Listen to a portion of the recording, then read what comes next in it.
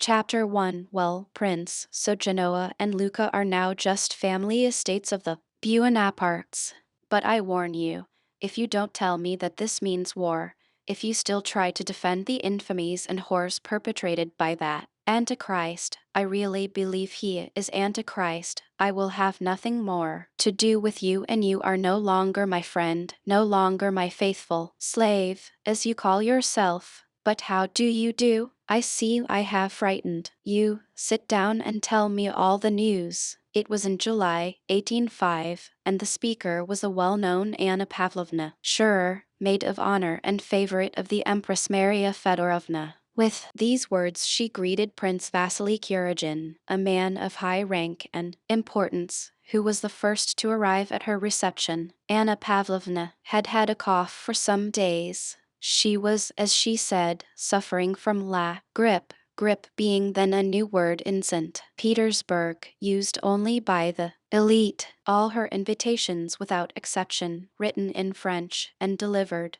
by a scarlet liveried footman that morning, ran as follows: If you have nothing better to do, Count or Prince, and if the prospect of spending an evening with a poor invalid is not too terrible, I shall be very charmed to see you tonight between 7 and 10, and at Sure. Heavens, what a virulent attack, replied the prince, not in the least disconcerted by this reception. He had just entered, wearing an embroidered court uniform, knee breeches and shoes, and had stars on his breast and a serene expression on his flat face. He spoke in that refined French in which our grandfathers not only spoke but thought, and with the gentle, patronizing intonation natural to a man of importance, who had grown old in society and at court. He went up to Anna Pavlovna, kissed her hand, presenting to her his bald, scented, and shining head, and complacently seated himself on the sofa. First of all, dear friend, tell me how you are. Set your friend's mind at rest, said he without altering his tone, beneath the politeness and affected sympathy of which indifference and evening irony could be discerned. Can one be well while suffering morally? Can one be calm in times like these if one has any feeling?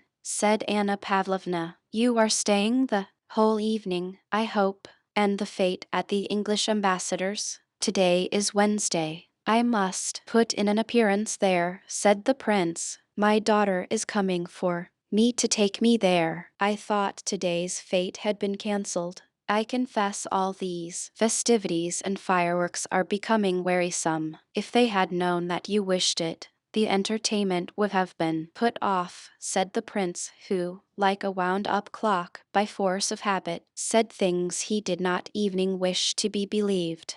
Don't tease. Well, and what has been decided about Novosiltsev's dispatch? You know everything. What can one say about it? Replied the prince in a cold, listless tone. What has been decided? They have decided that Buonaparte has burnt his boats, and I believe that we are ready to burn ours. Prince Vasily always spoke languidly, like an actor repeating a stale part. Anna Pavlovna Scherer, on the contrary, despite her 40 years, overflowed with animation and impulsiveness. To be an enthusiast had become her social vocation, and sometimes evening when she did not feel like it, she became enthusiastic in order not to disappoint the expectations of those who knew her. The subdued smile which, though it did not suit her faded features, always played round her lips expressed, as in a spoiled child, a continual consciousness of her charming defect, which she neither wished, nor could, nor considered it necessary to correct. In the amid of a conversation on political matters, Anna Pavlovna burst out, "Oh, don't speak to me of Austria. Perhaps I don't understand things, but Austria never has wished, and does not wish, for war. She is betraying us. Russia alone must save Europe. Our gracious sovereign recognizes his high vocation and will be true to it. That is the one thing I have faith in. Our good and wonderful sovereign has to perform the noblest role on earth, and he is so virtuous and noble that God will not forsake him. He will fulfill his vocation and crush the hydra of revolution which has become more terrible than ever in the person of this murderer and villain. We alone must avenge the blood of the just, one whom, I ask you, can we rely on? England, with her commercial spirit, will not and cannot understand the Emperor Alexander's loftiness of soul. She has refused to evacuate Malta. She wanted to find, and still seeks, some secret motive in our actions. What answer did Novosiltov get? None. The English have not understood and cannot understand the self-abnegation of our emperor, who wants nothing for himself, but only desires the good of mankind. And what have they promised? Nothing. And what little they have promised they will not perform. Prussia has always declared that Buonaparte is invincible, and that all Europe is powerless before him, and I don't believe a word that Hardenberg says, or Haugwitz either. This famous Prussian neutrality is just a trap. I have faith only in God and the lofty destiny of our adored monarch. He will save Europe. She suddenly paused, smiling at her own impetuosity. I think, said the prince with a smile, that if you had been sent, instead of our dear Winsingerode, you would have captured the king of Prussia's consent by assault. You are so eloquent. Will you give me a cup of tea? In a moment. Apropos, she added, becoming calm again, I am expecting two very interesting men tonight. Le Vicomte de Mortemart, who is connected with the Montmorencys through the Rohans, one of the best French families. He is one of the genuine émigrés, the good ones. And also the Abbé Morio. Do you know that profound thinker? He has been received by the emperor. Had you heard? I shall be delighted to meet them, said the prince. But tell me, he added with studied carelessness, as if it had only just occurred to him, though the question he was about to ask was the chief motive of his visit, is it true that the Dowager Empress wants Baron Funk to be appointed first secretary at Vienna? The Baron, by all accounts, is a poor creature. Prince Vasily wished to obtain this post for his son, but others were trying through the Dowager Empress Maria Fedorovna to secure it for the Baron. Anna Pavlovna almost closed her eyes to indicate that neither she nor anyone else had a right to criticize what the Empress desired or was pleased with.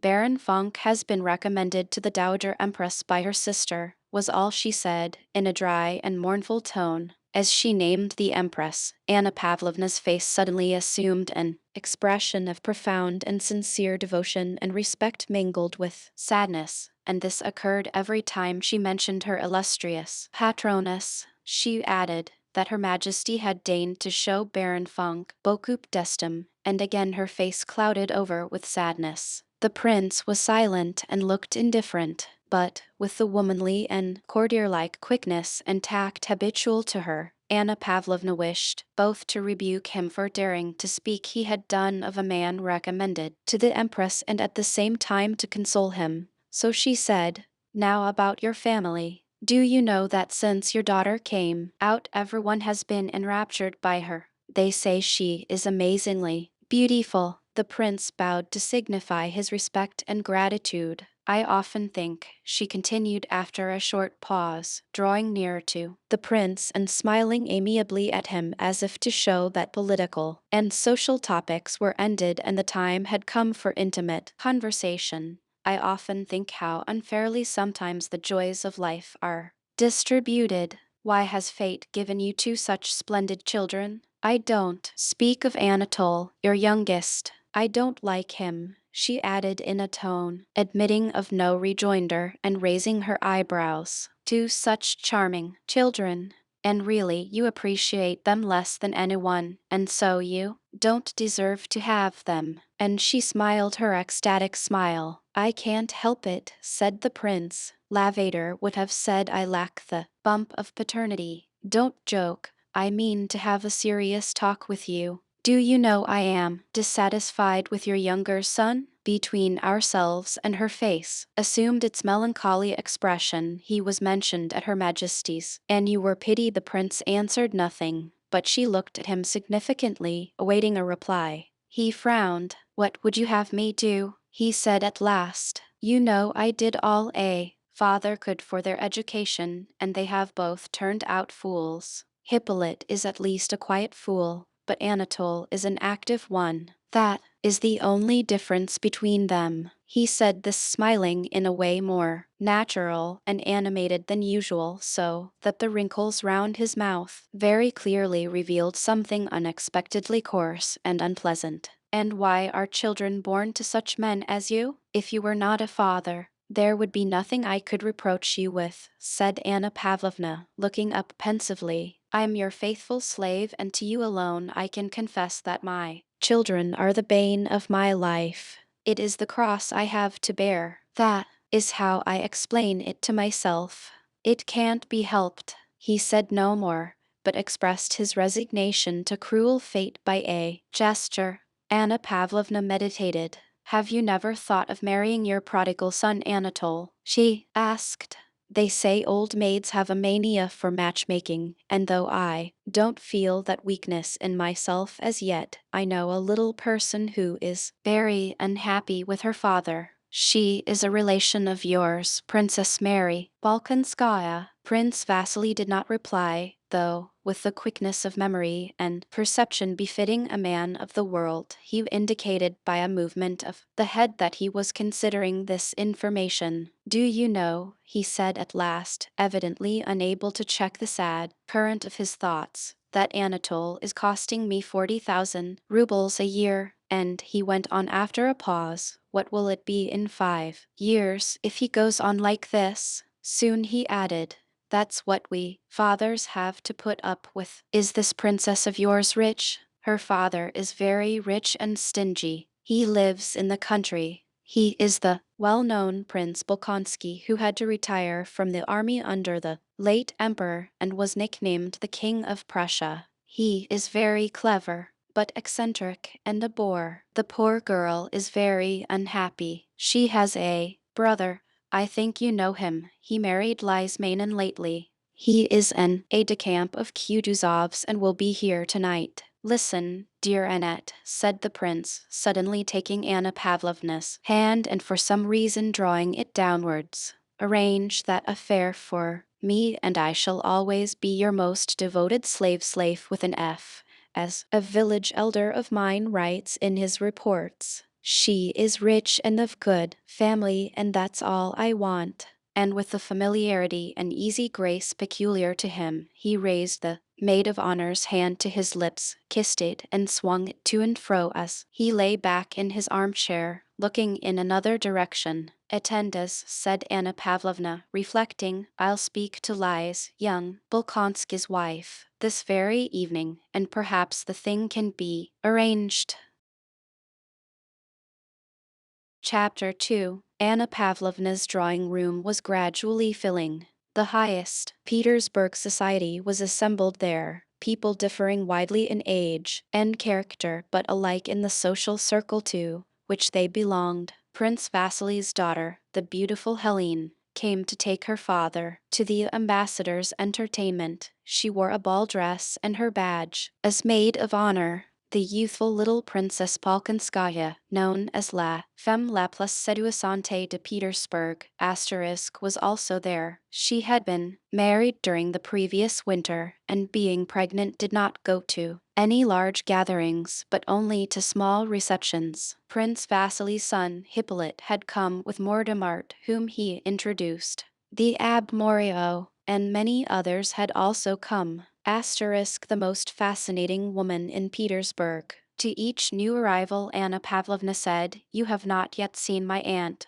or You do not know my aunt, and very gravely conducted him or her to a little old lady wearing large bows of ribbon in her cap, who had come sailing in from another room as soon as the guests began to arrive, and slowly turning her eyes from the visitor to her aunt, Anna Pavlovna mentioned each one's name and then left them. Each visitor performed the ceremony of greeting this old aunt whom not one of them knew, not one of them wanted to know, and not one of them cared about. Anna Pavlovna observed these greetings with mournful and solemn interest and silent approval. The aunt spoke to each of them in the same words about their health and her own, and the health of her Majesty, who, thank God, was better today. And each visitor, though politeness prevented his showing impatience, left the old woman with a sense of relief at having performed a vexatious duty and did not return to her the whole evening. The young Princess Balkanskaya had brought some work in a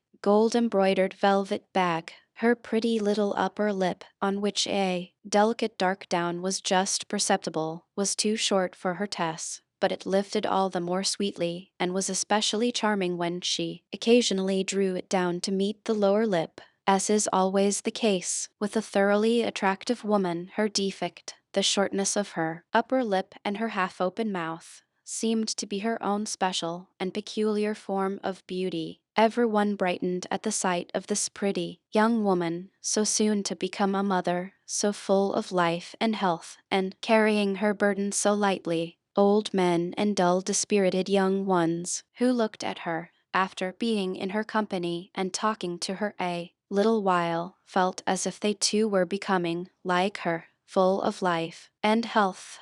All who talked to her, and at each word saw her bright smile, and the constant gleam of her white Tess, thought that they were in a specially amiable mood that day. The little princess went round the table with quick, short, swaying steps, her work-bag on her arm, and gaily spreading out her dress sat down on a sofa near the silver samovar, as if all she was doing was a pleasure to herself and to all around her. "I have brought my work," said she in French, displaying her bag and addressing all present. "Mind, Annette, I hope you have not played a wicked trick on me," she added, turning to her hostess. "You wrote that it was to be quite a small reception, and just see how badly I am dressed." And she spread out her arms to show her short-waisted, lace-trimmed, dainty gray dress, girdled with a broad ribbon just below the breast. "Soyez tranquil, Lize, you will always be prettier than anyone else," replied Anna Pavlovna. "You know," said the princess in the same tone of voice and still in French, turning to a general, "my husband is deserting me. He is going to get himself killed. Tell me what this wretched war is for," she added, addressing Prince Vasily, and without waiting for an answer she turned to speak to his daughter, the beautiful Helene. "What a delightful woman this little princess is," said Prince Vasily to Anna Pavlovna. One of the next arrivals was a stout, heavily built young man with close-cropped hair, spectacles, the light-colored breeches fashionable at that time, a very high ruffle, and a brown dress coat. This stout young man was an illegitimate son of Count Bezukov, a well-known grandee of Catherine's time, who now lay dying in Moscow. The young man had not yet entered either the military or civil service, as he had only just returned from abroad where he had been educated, and this was his first appearance in society. Anna Pavlovna greeted him with the nod she accorded to the lowest hierarchy in her drawing-room. But in spite of this lowest grade greeting, a look of anxiety and fear, as at the sight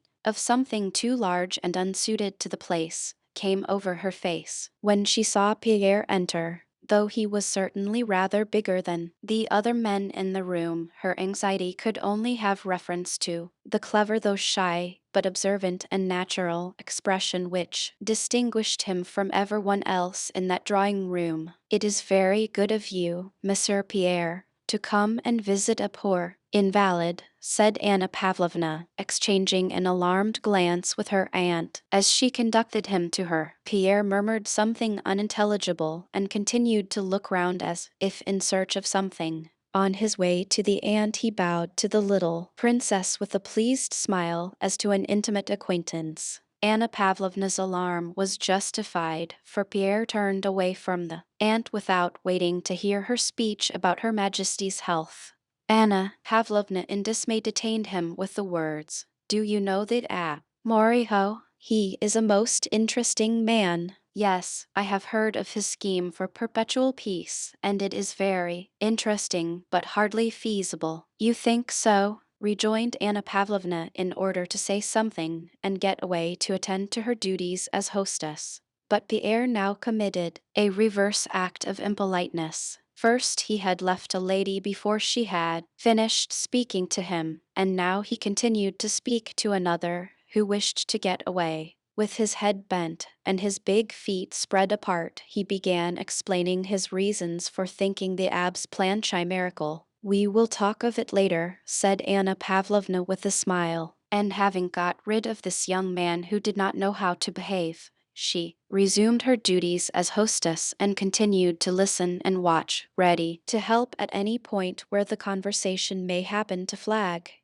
The foreman of a spinning mill, when he has set the hands to work, goes round and notices here a spindle that has stopped or there one that creaks or makes more noise than it should, and hastens to check the machine or set it in proper motion. So Anna Pavlovna moved about her drawing room, approaching now a silent, now a too noisy group, and by a word or slight rearrangement kept the conversational machine in steady, proper, and regular motion. But amid these cares her anxiety about Pierre was evident. She kept an anxious watch on him. When he approached the group round Mortemart to listen to what was being said there, and again when he passed to another group whose center was the abbe. Pierre had been educated abroad, and this reception at Anna Pavlovna's was the first he had attended in Russia. He knew that all the intellectual lights of Petersburg were gathered there and, like a child in a toy shop, did not know which way to look, afraid of missing any clever conversation that was to be heard.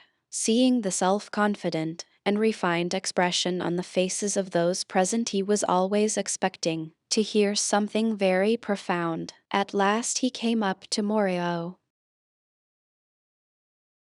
Chapter 3. Anna Pavlovna's reception was in full swing. The spindles hummed steadily and ceaselessly on all sides, with the exception of the aunt, beside whom sat only one elderly lady, who with her thin careworn face was rather out of place in this brilliant society. The whole company had settled into three groups. One, chiefly masculine, had formed round the abbe. Another, of young people, was grouped round the beautiful Princess Helene, Prince Vasily's daughter, and the little Princess Balkanskaya, very pretty and rosy, though rather too plump for her age. The third group was gathered round Mortemart and Anna Pavlovna. The Vicomte was a nice-looking young man with soft features and polished manners, who evidently considered himself a celebrity, but out of politeness modestly placed himself at the disposal of the circle in which he found himself. Anna Pavlovna was obviously serving him up as a treat to her guests, as a clever maître d'hôtel serves up as a specially choice delicacy a piece of meat that no one who had seen it in the kitchen would have cared to eat. So Anna Pavlovna served up to her guests, first the Vicomte and then the abbe, as peculiarly choice morsels. The group about Mortemart immediately began discussing the murder of the Duc d'Enghien. The Vicomte said that the Duc d'Enghien had perished by his own magnanimity, and that there were particular reasons for Buonaparte's hatred of him. "Ah, yes, do tell us all about it, Vicomte," said Anna Pavlovna, with a pleasant feeling that there was something à la Louis Roman 15 in the sound of that sentence. "Continuez cela, Vicomte." The Vicomte bowed and smiled courteously in token of his willingness to comply. Anna Pavlovna arranged a group round him, inviting everyone to listen to his tale. The Vicomte knew the duck personally, whispered Anna Pavlovna to of the guests. "The Vicomte is a wonderful raconteur," said she to another. "How evidently he belongs to the best society," said she to a third. And the Vicomte was served up to the company in the choicest and most advantageous style, like a well-garnished joint of roast beef on a hot dish. The Vicomte wished to begin his story and gave a subtle smile. "Come over here, Helene, dear," said Anna Pavlovna to the beautiful young princess who was sitting some way off, the center of another group. The princess smiled. She rose with the same unchanging smile with which she had first entered the room, the smile of a perfectly beautiful woman. with the slight rustle of her white dress trimmed with moss and ivy, with a gleam of white shoulders, glossy hair, and sparkling diamonds. She passed between the men who made way for her, not looking at any of them, but smiling on all, as if graciously allowing each the privilege of admiring her beautiful figure and shapely shoulders, back, and bosom, which in the fashion of those days were very much exposed, and she seemed to bring the glamour of a ballroom with her as she moved toward Anna Pavlovna. Helene was so lovely that not only did she not show any trace of coquetry, but on the contrary she evening appeared shy of her unquestionable and all too victorious beauty. She seemed to wish, but to be unable, to diminish its effect. "How lovely," said everyone who saw her, and the Vicomte lifted his shoulders and dropped his eyes as if startled by something extraordinary, when she took her seat opposite and beamed upon him also with her unchanging smile. "Madam, I doubt my ability before such an audience," said he, smilingly, inclining his head. The princess rested her bare round arm on a little table, and considered a reply unnecessary. She smilingly waited. All the time the story was being told she sat upright, glancing now at her beautiful round arm, altered in shape by its pressure on the table, now at her still more beautiful bosom, on which she readjusted a diamond necklace. From time to time she smoothed the folds of her dress, and whenever the story produced an effect she glanced at Anna Pavlovna, at once adopted just the expression she saw on the maid of honor's face, and again relapsed into her radiant smile. The little princess had also left the tea table and followed Helene. "Wait a moment, I'll get my work. Now then, what are you thinking of?" she went on, turning to Prince Hippolyte. "Fetch me my work-bag." There was a general movement as the princess, smiling and talking merrily to everyone at once, sat down and gaily arranged herself in her seat. "Now I am all right," she said, and asking the Vicomte to begin, she took up her work. Prince Hippolyte, having brought the work-bag, joined the circle and, moving a chair close to hers, seated himself beside her. The charmant Hippolyte was surprising by his extraordinary resemblance to his beautiful sister, but yet more by the fact that in spite of this resemblance he was exceedingly ugly. His features were like his sister's, but while in her case everything was lit up by a joyous, self-satisfied, youthful, and constant smile of animation, and by the wonderful classic beauty of her figure, his face, on the contrary, was dulled by imbecility and a constant expression of sullen self-confidence, while his body was thin and weak. His eyes, nose, and mouth all seemed puckered into a vacant, wearied grimace, and his arms and legs always fell into unnatural positions. "It's not going to be a ghost story," said he, sitting down beside the princess and hastily adjusting his lorgnette, as if without this instrument he could not begin to speak. "Why no, my dear fellow," said the astonished narrator, shrugging his shoulders.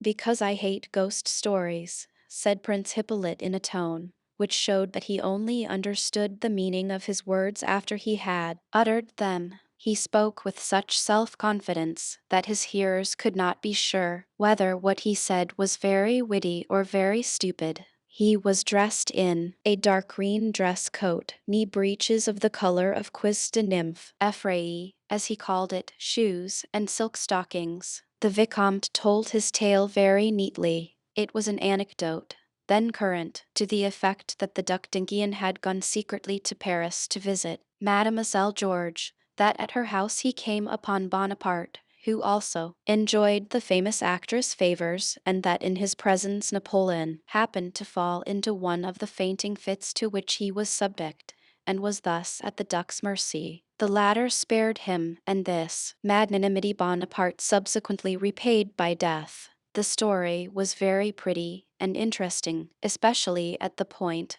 where the rivals suddenly recognized one another, and the ladies looked agitated. "Charming," said Anna Pavlovna with an inquiring glance at the little princess. "Charming," whispered the little princess, sticking the needle into her work as if to testify that the interest and fascination of the story prevented her from going on with it. The Vicomte appreciated this silent praise and smiling gratefully, prepared to continue. But just then Anna Pavlovna, who had kept a watchful eye on the young man who so alarmed her, noticed that he was talking too loudly and vehemently with the abbe.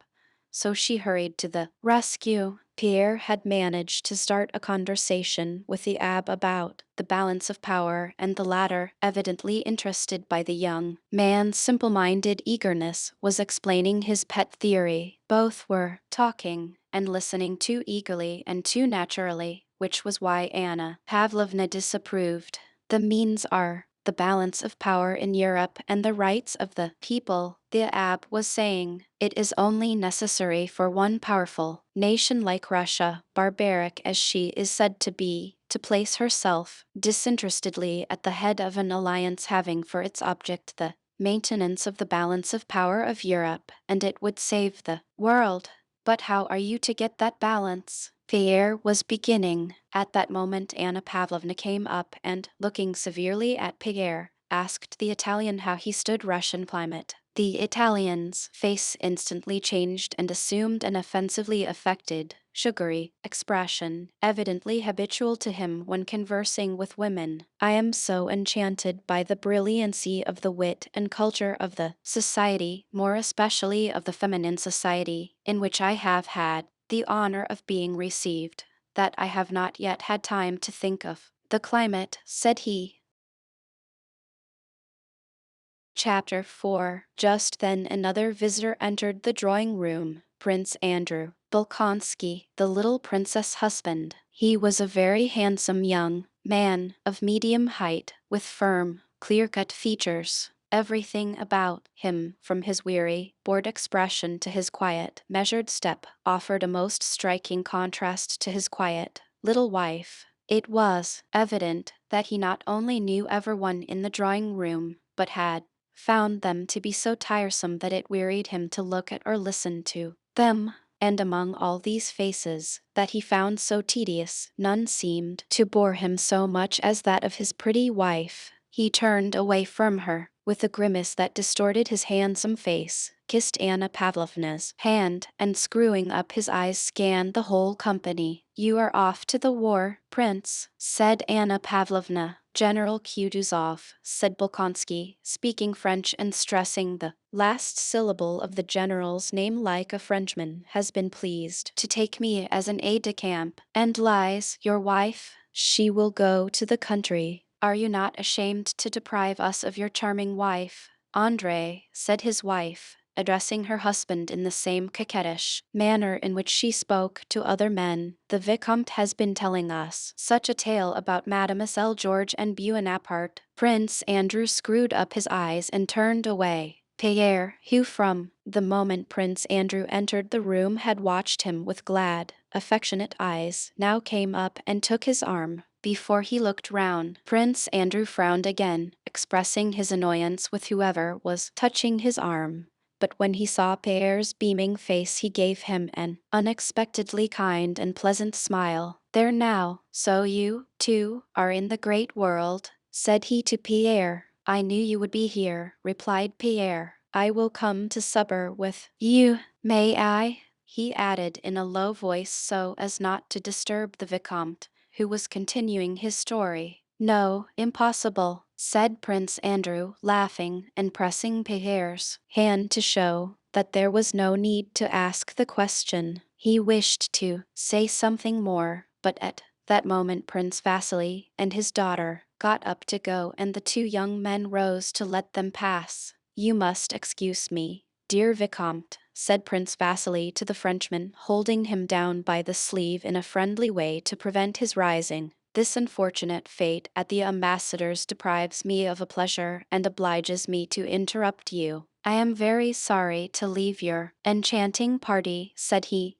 turning to Anna Pavlovna. His daughter, Princess Helene, passed between the chairs lightly, holding up the folds of her dress, and the smile shone still more radiantly on her beautiful face. Pierre gazed at her with rapturous, almost frightened, eyes as she passed him. Very lovely, said Prince Andrew. Very, said Pierre. In passing, Prince Vasily seized Pierre's hand and said to Anna Pavlovna, "Educate this bear for me. He has been staying with me a whole month, and this is the first time I have seen him in society. Nothing is so necessary for a young man as the society of clever women." Anna Pavlovna smiled and promised to take Pierre in hand. She knew his father to be a connection of Prince Vasily's. The elderly lady, who had been sitting with the old aunt, rose hurriedly and overtook Prince Vasily in the anteroom. All the affectation of interest she had assumed had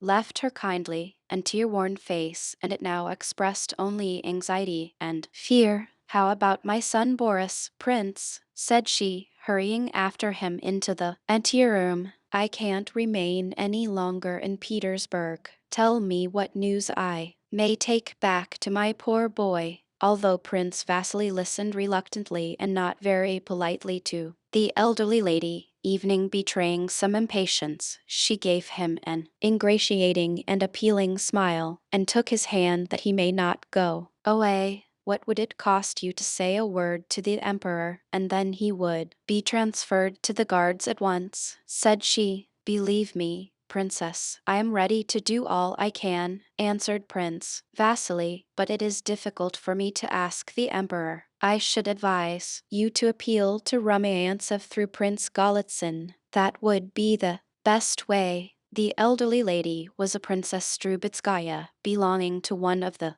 best families in Russia, but she was poor, and having long been out of society had lost her former influential connections. She had now come to Petersburg to procure an appointment in the guards for her only son. It was, in fact, solely to meet Prince Vasily that she had obtained an invitation to Anna Pavlovna's reception, and had sat listening to the Vicomte's story. Prince Vasily's words frightened her. An embittered look clouded her once handsome face, but only for a moment. Then she smiled again and clutched Prince Vasily's arm more tightly. "Listen to me, Prince," said she. "I have never yet asked you for anything, and I never will again, nor have I ever reminded you of my father's friendship for you.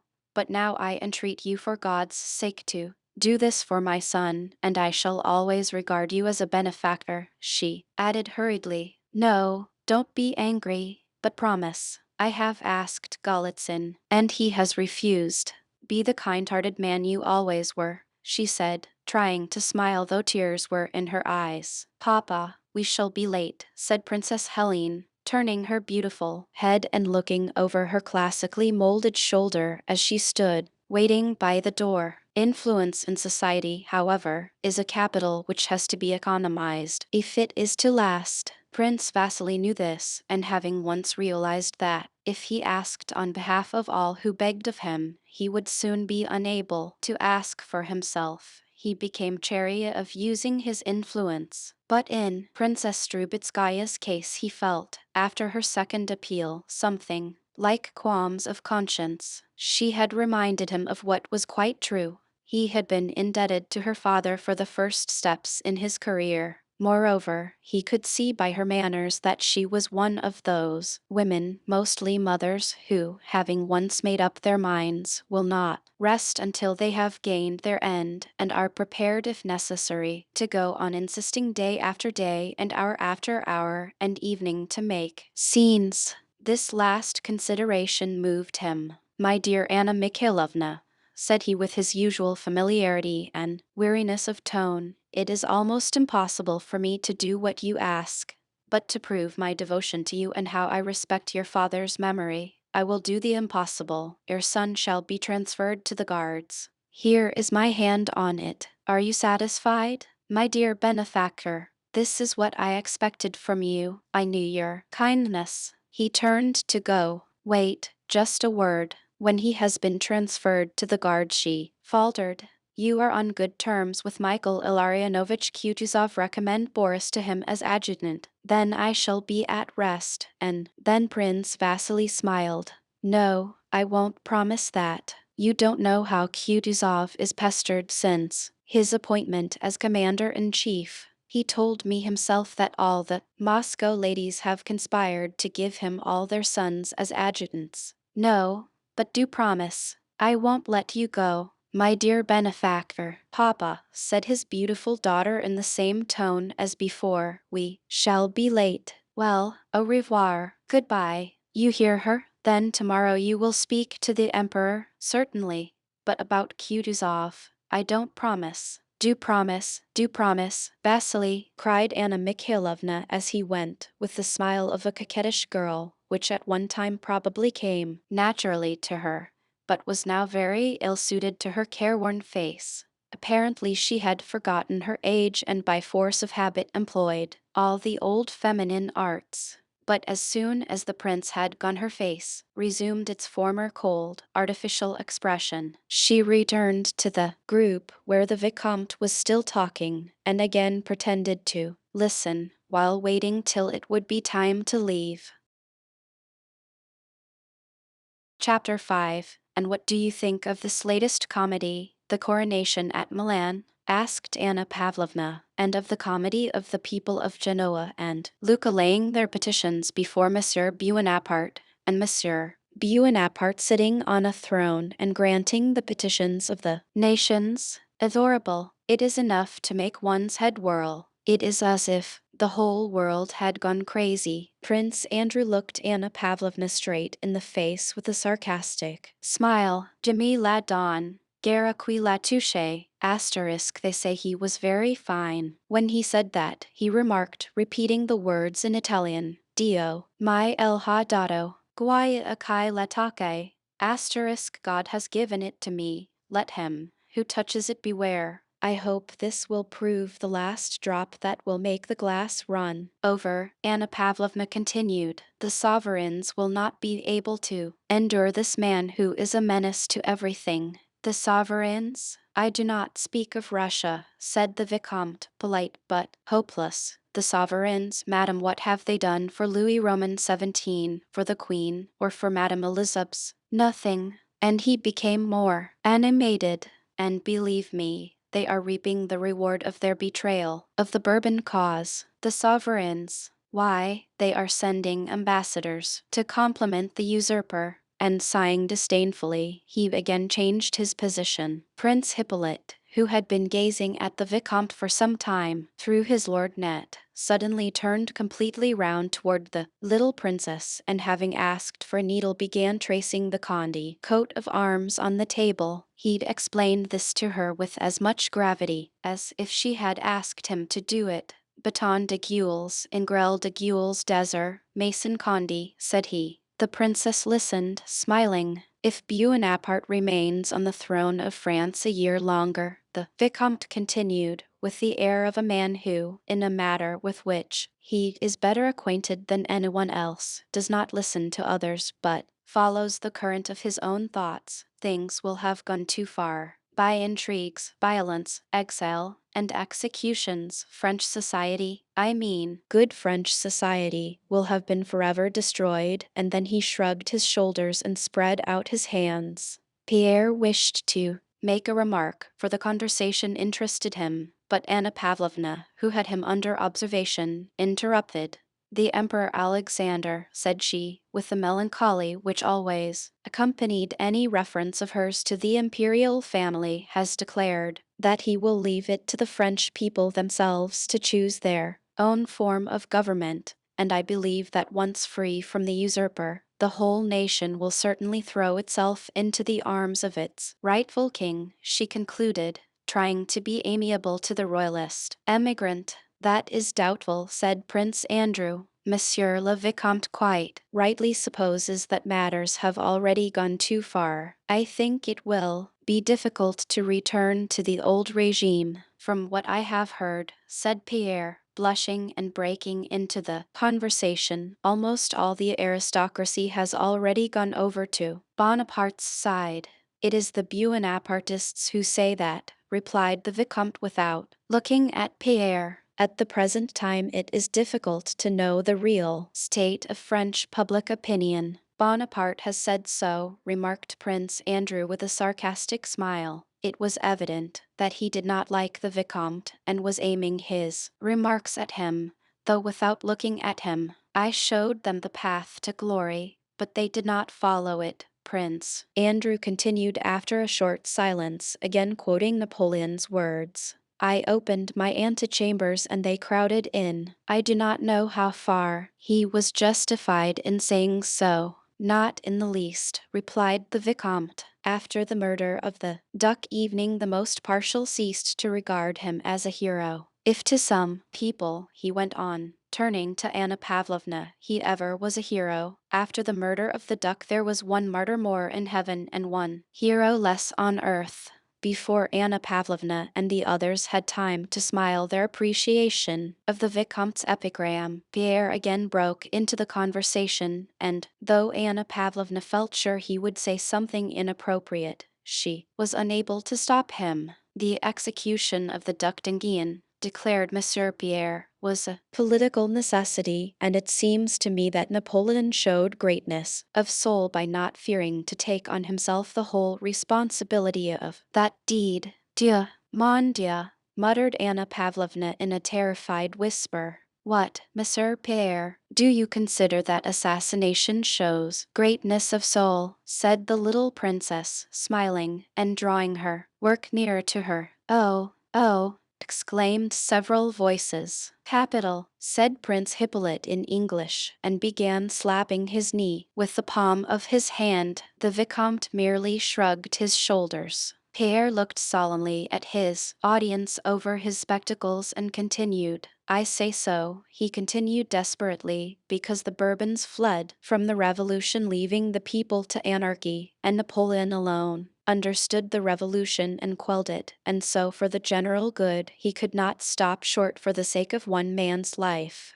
Won't you come over to the other table? Suggested Anna Pavlovna, but Pierre continued his speech without heeding her. No, cried he, becoming more and more eager. Napoleon is great because he rose superior to the revolution, suppressed its abuses, preserved all that was good in it, equality of citizenship and freedom of speech and of the press, and only for that reason did he obtain power. Yes, if having obtained power, without availing himself of it to commit murder, he had restored it to the rightful king, I should have called him a great man, remarked the Vicomte. He could not do that. The people only gave him power that he may rid them of the Bourbons, and because they saw that he was a great man. The revolution was a grand thing, continued Monsieur Pierre, betraying by this desperate and provocative proposition his extreme youth and his wish to express all that was in his mind. What?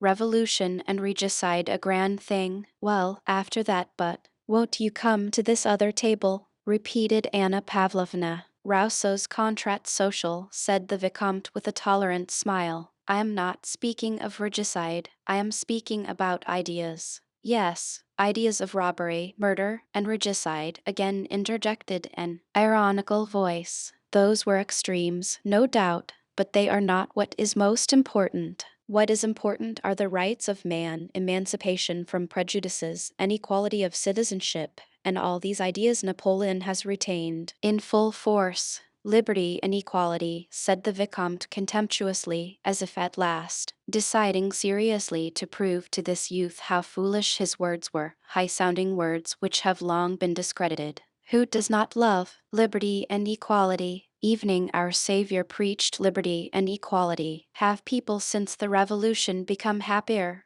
On the contrary, we wanted liberty, but Buonaparte has destroyed it. Prince Andrew kept looking with an amused smile from Pierre to the Vicomte, and from the Vicomte to their hostess. In the first moment of Pierre's outburst, Anna Pavlovna, despite her social experience, was horror-struck, but when she saw that Pierre's sacrilegious words had not exasperated the Vicomte, and had convinced herself that it was impossible to stop him, she rallied her forces and joined the Vicomte in a vigorous attack on the orator. But, my dear Monsieur Pierre, said she, how do you explain the fact of a great man executing a duck, or evening an ordinary man who is innocent and untried?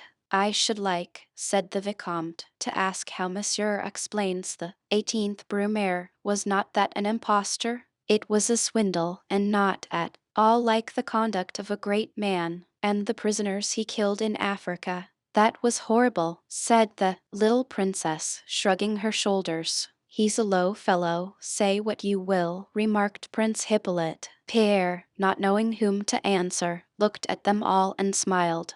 His smile was unlike the half-smile of other people. When he smiled, his grave, evening rather gloomy, look was instantaneously replaced by another, a childlike, kindly, evening rather silly look, which seemed to ask forgiveness. The Vicomte, who was meeting him for the first time, saw clearly that this young Jacobin was not so terrible as his words suggested.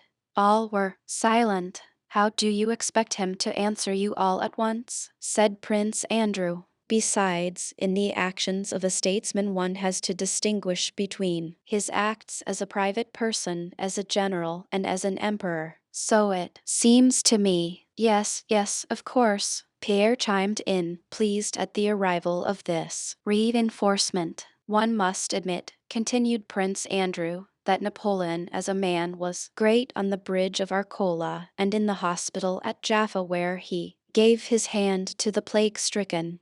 But there are other acts which it is difficult to justify. Prince Andrew, who had evidently wished to tone down the awkwardness of Pierre's remarks, rose and made a sign to his wife that it was time to go. Suddenly Prince Hippolyte started up, making signs to everyone to attend, and asking them all to be seated began. I was told a charming Moscow story today and must treat you to it. Excuse me, Vicomte, I must tell it in Russian or the point will be lost, and Prince Hippolyte began to tell his story in such Russian as a Frenchman would speak after spending about a year in Russia. Everyone waited. So emphatically and eagerly did he demand their attention to his story. There is in Moscow a lady, une dame, and she is very stingy. She must have 2 footmen behind her carriage, and very big ones. That was her taste. And she had a lady's maid, also big.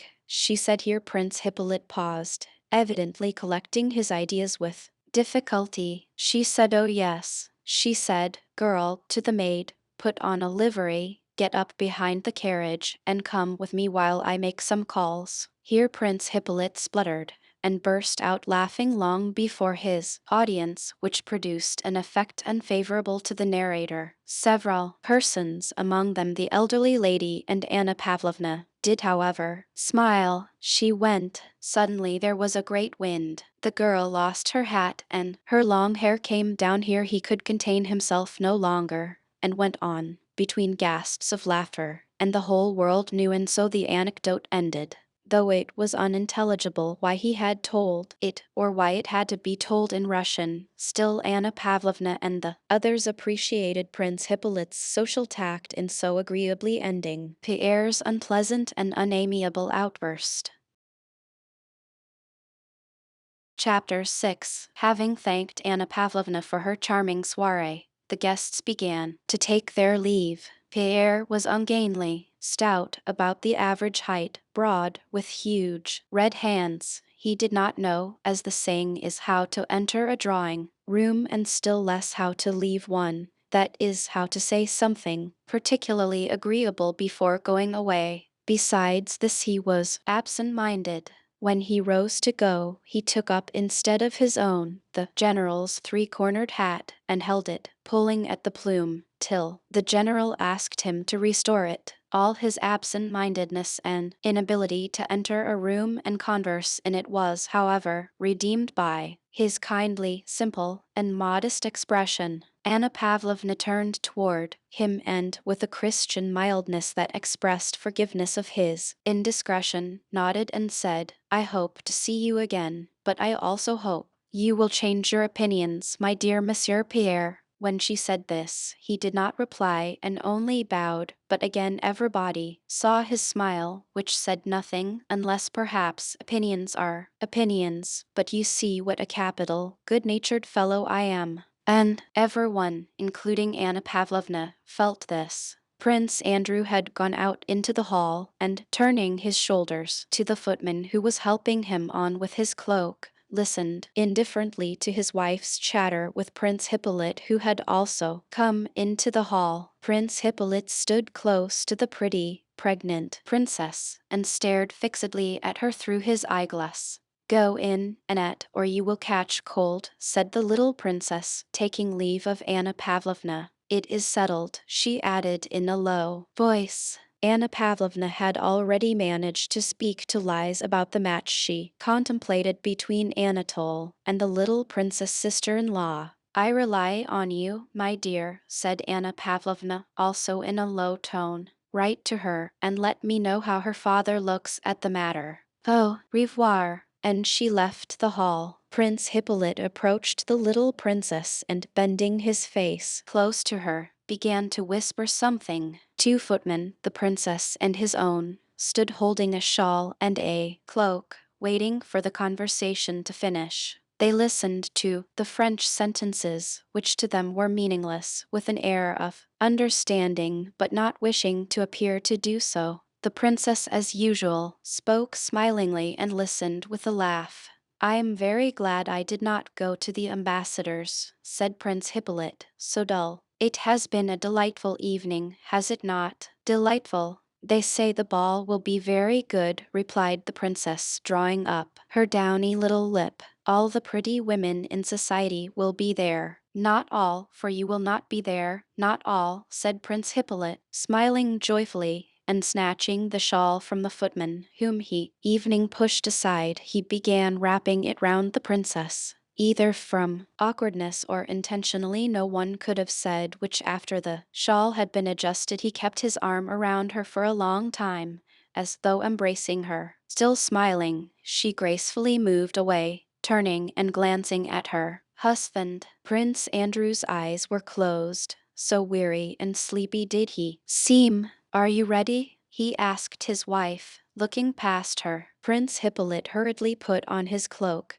which in the latest fashion reached to his very heels, and, stumbling in it, ran out into the porch, following the princess, whom a footman was helping into the carriage. "Princess, au revoir," cried he, stumbling with his tongue as well as with his feet. The princess, picking up her dress, was taking her seat in the dark carriage. Her husband was adjusting his saber. Prince Hippolyte, under pretense of helping, was in everyone's way. "Allow me, sir," said Prince Andrew in Russian in a cold, disagreeable tone to Prince Hippolyte, who was blocking his path. "I am expecting you, Pierre," said the same voice, but gently and affectionately. The postilion started, the carriage wheels rattled. Prince Hippolyte laughed spasmodically as he stood in the porch waiting for the Vicomte, whom he had promised to take home. "Well, mon cher," said the Vicomte, having seated himself beside Hippolyte in the carriage, "your little princess is very nice, truly, quite French," and he kissed the tips of his fingers. Hippolyte burst out laughing. "Do you know, you are a terrible chap for all your innocent airs," continued the Vicomte. "I pity the poor husband, that little officer who gives himself the airs of a monarch." Hippolyte spluttered again, and amid his laughter said, "And you were saying that the Russian ladies are not equal to the French. One has to know how to deal with them." Pierre, reaching the house first, went into Prince Andrew's study like one quite at home, and from habit immediately lay down on the sofa, took from the shelf the first book that came to his hand. It was Caesar's Commentaries, and resting on his elbow, began reading it in the middle. "What have you done to Monsieur?" "She will be quite ill now," said Prince Andrew, as he entered the study, rubbing his small white hands. Pierre turned his whole body, making the sofa creak. He lifted his eager face to Prince Andrew, smiled, and waved his hand. "That ab is very interesting, but he does not see the thing in the right light. In my opinion, perpetual peace is possible, but I do not know how to express it, not by a balance of political power." It was evident that Prince Andrew was not interested in such abstract conversation. "One can't everywhere say all one thinks, mon cher." "Well, have you at last decided on anything? Are you going to be a guardsman or a Diplomatist? Asked Prince Andrew after a momentary silence. Pierre sat up on the sofa, with his legs tucked under him. Really, I don't yet know. I don't like either the one or the other. But you must decide on something. Your father expects it. Pierre, at the age of 10, had been sent abroad with an abb as tutor, and had remained away till he was 20. When he returned to Moscow, his father dismissed the abb and said to the young man, "Now go to Petersburg, look round, and choose your profession. I will agree to anything. Here is a letter to Prince Vasily, and here is money. Write to me all about it, and I will help you in everything." Pierre had already been choosing a career for 3 months and had not decided on anything. It was about this choice that Prince Andrew was speaking. Pierre rubbed his forehead. "But he must be a Freemason," said he, referring to the abb whom he had met that evening. "That is all nonsense." Prince Andrew again interrupted him. "Let us talk business. Have you been to the Horse Guards?" "No, I have not. But this is what I have been thinking and wanted to tell you. There is a war now against Napoleon. If it were a war for freedom, I could understand it and should be the first to enter the army. But to help England and Austria against the greatest man in the world is not right." Prince Andrew only shrugged his shoulders at Pierre's childish words. He put on the air of one who finds it impossible to reply to such nonsense, but it would in fact have been difficult to give any other answer than the one Prince Andrew gave to this naive question. If no one fought except on his own conviction, there would be no wars, he said. "And that would be splendid," said Pierre. Prince Andrew smiled ironically. "Very likely it would be splendid, but it will never come about." "Well, why are you going to the war?" asked Pierre. "What for?" "I don't know. I must. Besides that I am going." He paused. Chapter 7. The rustle of a woman's dress was heard in the next room. Prince Andrew shook himself as if waking up, and his face assumed the look it had had in Anna Pavlovna's drawing room. Pierre removed his feet from the sofa. The princess came in. She had changed her gown for a house dress as fresh and elegant as the other. Prince Andrew rose and politely placed a chair for her. "How is it?" she began, as usual in French, settling down briskly and fussily in the easy chair. "How is it Annette never got married?" "How stupid you men all are not to have married her. Excuse me for saying so, but you have no sense about women." "What an argumentative fellow you are, Monsieur Pierre. And I am still arguing with your husband." "I can't understand why he wants to go to the war," replied Pierre, addressing the princess with none of the embarrassment so commonly shown by young men in their intercourse with young women. The princess started. Evidently Pierre's words touched her to the quick. "Ah, that is just what I tell him," said she. "I don't understand it. I don't in the least understand why men can't live without wars. How is it that we women don't want anything of the kind, don't need it? Now, you shall judge between us. I always tell him, here he is uncle's aide-de-camp, a most brilliant position. He is so well known, so much appreciated by everyone. The other day at the Apraxins I heard a lady asking, 'Is that the famous Prince Andrew?' I did truly." She laughed. "He is so well received everywhere. He may easily become aide-de-camp to the emperor. You know the emperor spoke to him most graciously. Annette and I were speaking of how to arrange it. What do you think?" Pierre looked at his friend and, noticing that he did not like the conversation, gave no reply. "When are you starting?" he asked. "Oh, don't speak of his going. Don't. I won't hear it spoken of," said the princess in the same petulantly playful tone in which she had spoken to Hippolyte in the drawing-room, and which was so plainly ill-suited to the family circle of which Pierre was almost a member. "Today, when I remembered that all these delightful associations must be broken off, and then you know, Andre," she looked significantly at her husband. I'm afraid, she whispered, and a shudder ran down her back. Her husband looked at her as if surprised to notice that someone besides Pierre and himself was in the room, and addressed her in a tone of frigid politeness. "What is it you are afraid of, Lies? I don't understand," said he. "There, what egotists men all are, all egotists. Just for a whim of his own. Goodness only knows why he leaves me and locks me up alone in the country, with my father and sister, remember," said Prince Andrew gently. "Alone all the same, without my friends, and he expects me not to be afraid." Her tone was now querulous, and her lip drawn up, giving her not a joyful, but an animal, squirrel-like expression. She paused as if she felt it indecorous to speak of her pregnancy before Pierre, though the gist of the matter lay in that. "I still can't understand what you are afraid of," said Prince Andrew, slowly, not taking his eyes off his wife. The princess blushed and raised her arms with a gesture of despair. "No, Andrew, I must say you have changed." "Oh, how you have! Your doctor tells you to go to bed earlier," said Prince Andrew. "You had better go." The princess said nothing, but suddenly her short downy lip quivered. Prince Andrew rose, shrugged his shoulders, and walked about the room. Pierre looked over his spectacles with naive surprise, now at him and now at her, moved as if about to rise too,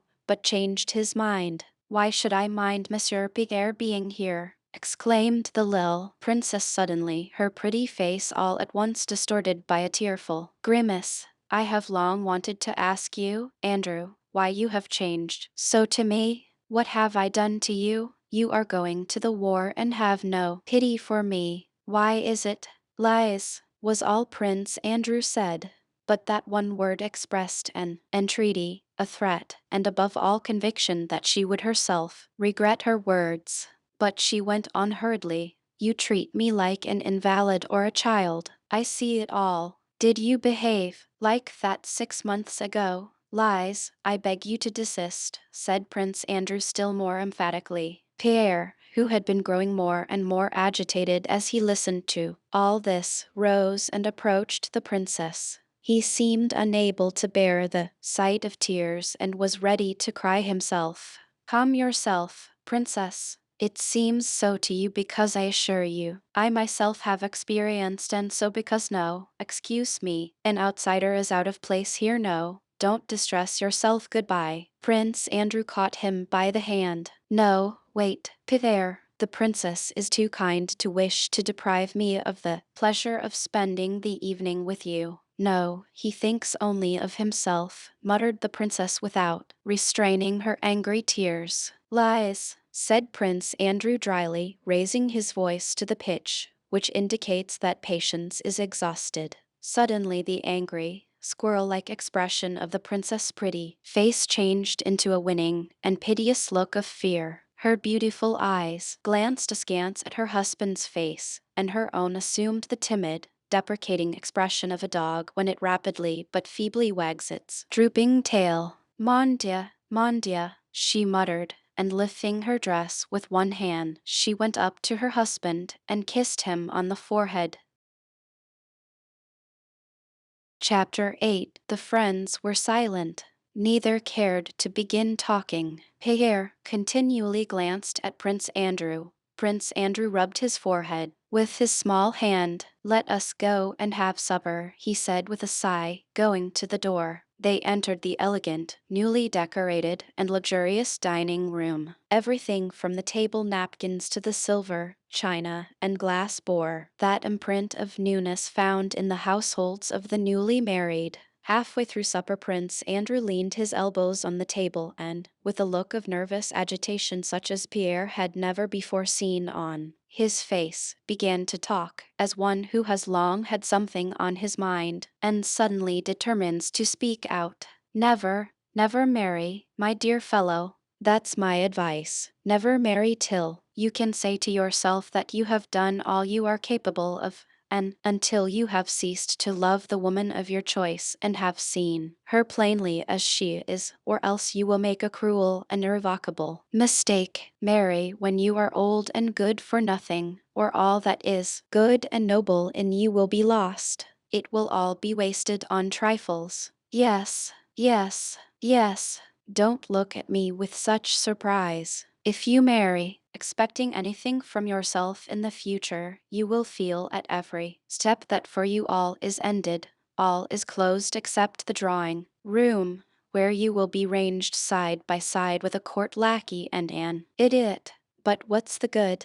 And he waved his arm. Pierre took off his spectacles, which made his face seem different and the good-natured expression still more apparent, and gazed at his friend in amazement. My wife, continued Prince Andrew, is an excellent woman, one of those rare women with whom a man's honor is safe. But, oh God, what would I not give now to be unmarried? You are the first and only one to whom I mention this, because I like you. As he said this, Prince Andrew was less than ever like that Bolkonsky who had lolled in Anna Pavlovna's easy chairs, and with half-closed eyes had uttered French phrases between his tests. Every muscle of his thin face was now quivering with nervous excitement. His eyes, in which the fire of life had seemed extinguished, now flashed with brilliant light. It was evident that the more lifeless he seemed at ordinary times, the more impassioned he became in these moments of almost morbid irritation. You don't understand why I say this, he continued, but it is the whole story of life. You talk of Bonaparte and his career, said he, though Pierre had not mentioned Bonaparte. But Bonaparte, when he worked, went step by step toward his goal. He was free, he had nothing but his aim to consider, and he reached it. But tie yourself up with a woman and, like a chained convict, you lose all freedom, and all you have of hope and strength merely weighs you down and torments you with regret. Drawing rooms, gossip, balls, vanity, and triviality, these are the enchanted circle I cannot escape from. I am now going to the war, the greatest war there ever was, and I know nothing and am fit for nothing. I am very amiable and have a caustic wit, continued Prince Andrew, and at Anna Pavlovna's they listened to me, and that stupid set, without whom my wife cannot exist, and those women, if you only knew what those society women are, and women in general. My father is right. Selfish, vain, stupid, trivial in everything, that's what women are. When you see them in their true colors, when you meet them in society, it seems as if there were something in them, but there's nothing, nothing, nothing. No, don't marry, my dear fellow, don't marry, concluded Prince Andrew. It seems funny to me, said Pierre, that you should consider yourself incapable and your life a spoiled life. You have everything before you, everything, and he did not finish his sentence, but his tone showed how highly he thought of his friend, and how much he expected of him in the future. How can he talk like that? Thought Pierre. He considered his friend a model of perfection because Prince Andrew possessed in the highest degree just the very qualities Pierre lacked, and which may be best described as strength of will. Pierre was always astonished at Prince Andrew's calm manner of treating everybody, his extraordinary memory, his extensive reading. He had read everything, knew everything, and had an opinion about everything, but above all at his capacity for work and study, and if Pierre was often struck by Andrew's lack of capacity for philosophical meditation, to which he himself was particularly addicted, he regarded evening this not as a defect but as a sign of strength. Evening in the best, most friendly and simplest relations of life, praise and commendation are essential, just as grease is necessary to wheels, that they may run smoothly. My part is played out, said Prince Andrew. What's the use of talking about me? Let us talk about you, he added after a silence, smiling at his reassuring thoughts. That smile was immediately reflected on Pierre's face. But what is there to say about me? said Pierre, his face relaxing into a careless, merry smile. What am I? An illegitimate son. He suddenly blushed crimson, and it was plain that he had made a great effort to say this without a name and without means, and it really, but he did not say what it really was. For the present I am free and am all right, only I haven't the least idea what I am to do. I wanted to consult you seriously. Prince Andrew looked kindly at him, yet his glance, friendly and affectionate as it was, expressed a sense of his own superiority. I am fond of you, especially as you are the one live man among our whole set.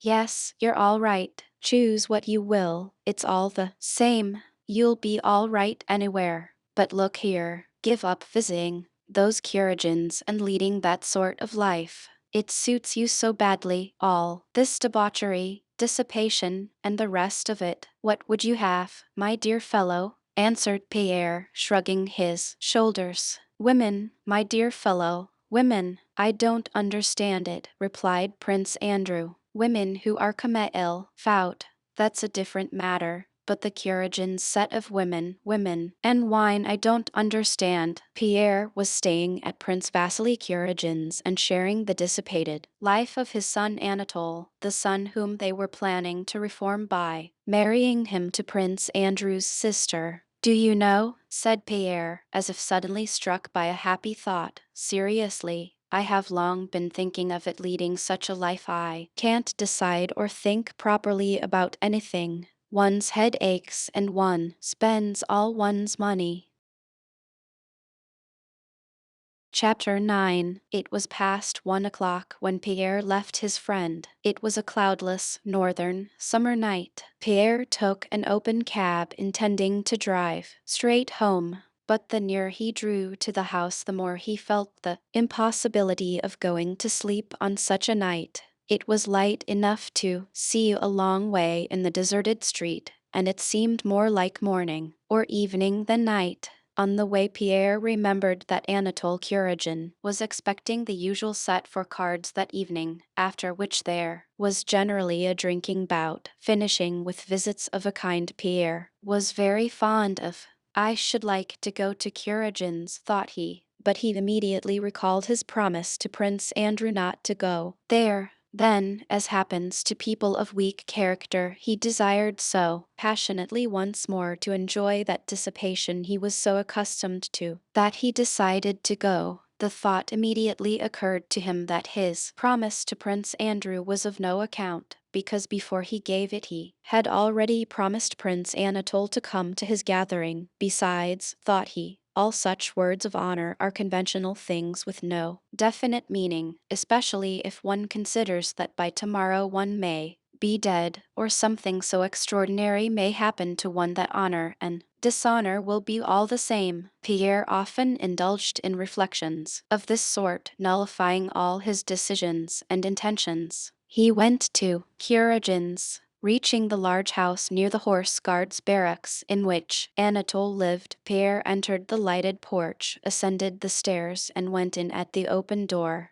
There was no one in the anteroom. Empty bottles, cloaks, and overshoes were lying about. There was a smell of alcohol and sounds of voices and shouting in the distance. Cards and supper were over, but the visitors had not yet dispersed. Pierre threw off his cloak and entered the first room, in which were the remains of supper. A footman, thinking no one saw him, was drinking on the sly what was left in the glasses. From the third room came sounds of laughter, the shouting of familiar voices, the growling of a bear, and general commotion. Some 8 or 9 young men were crowding anxiously round an open window. 3 others were romping with a young bear, one pulling him by the chain and trying to set him at the others. I bet 100 on Stevens, shouted one. Mind, no holding on, cried another. I bet on Dolokhov, cried a third. Kuragin, you part our hands.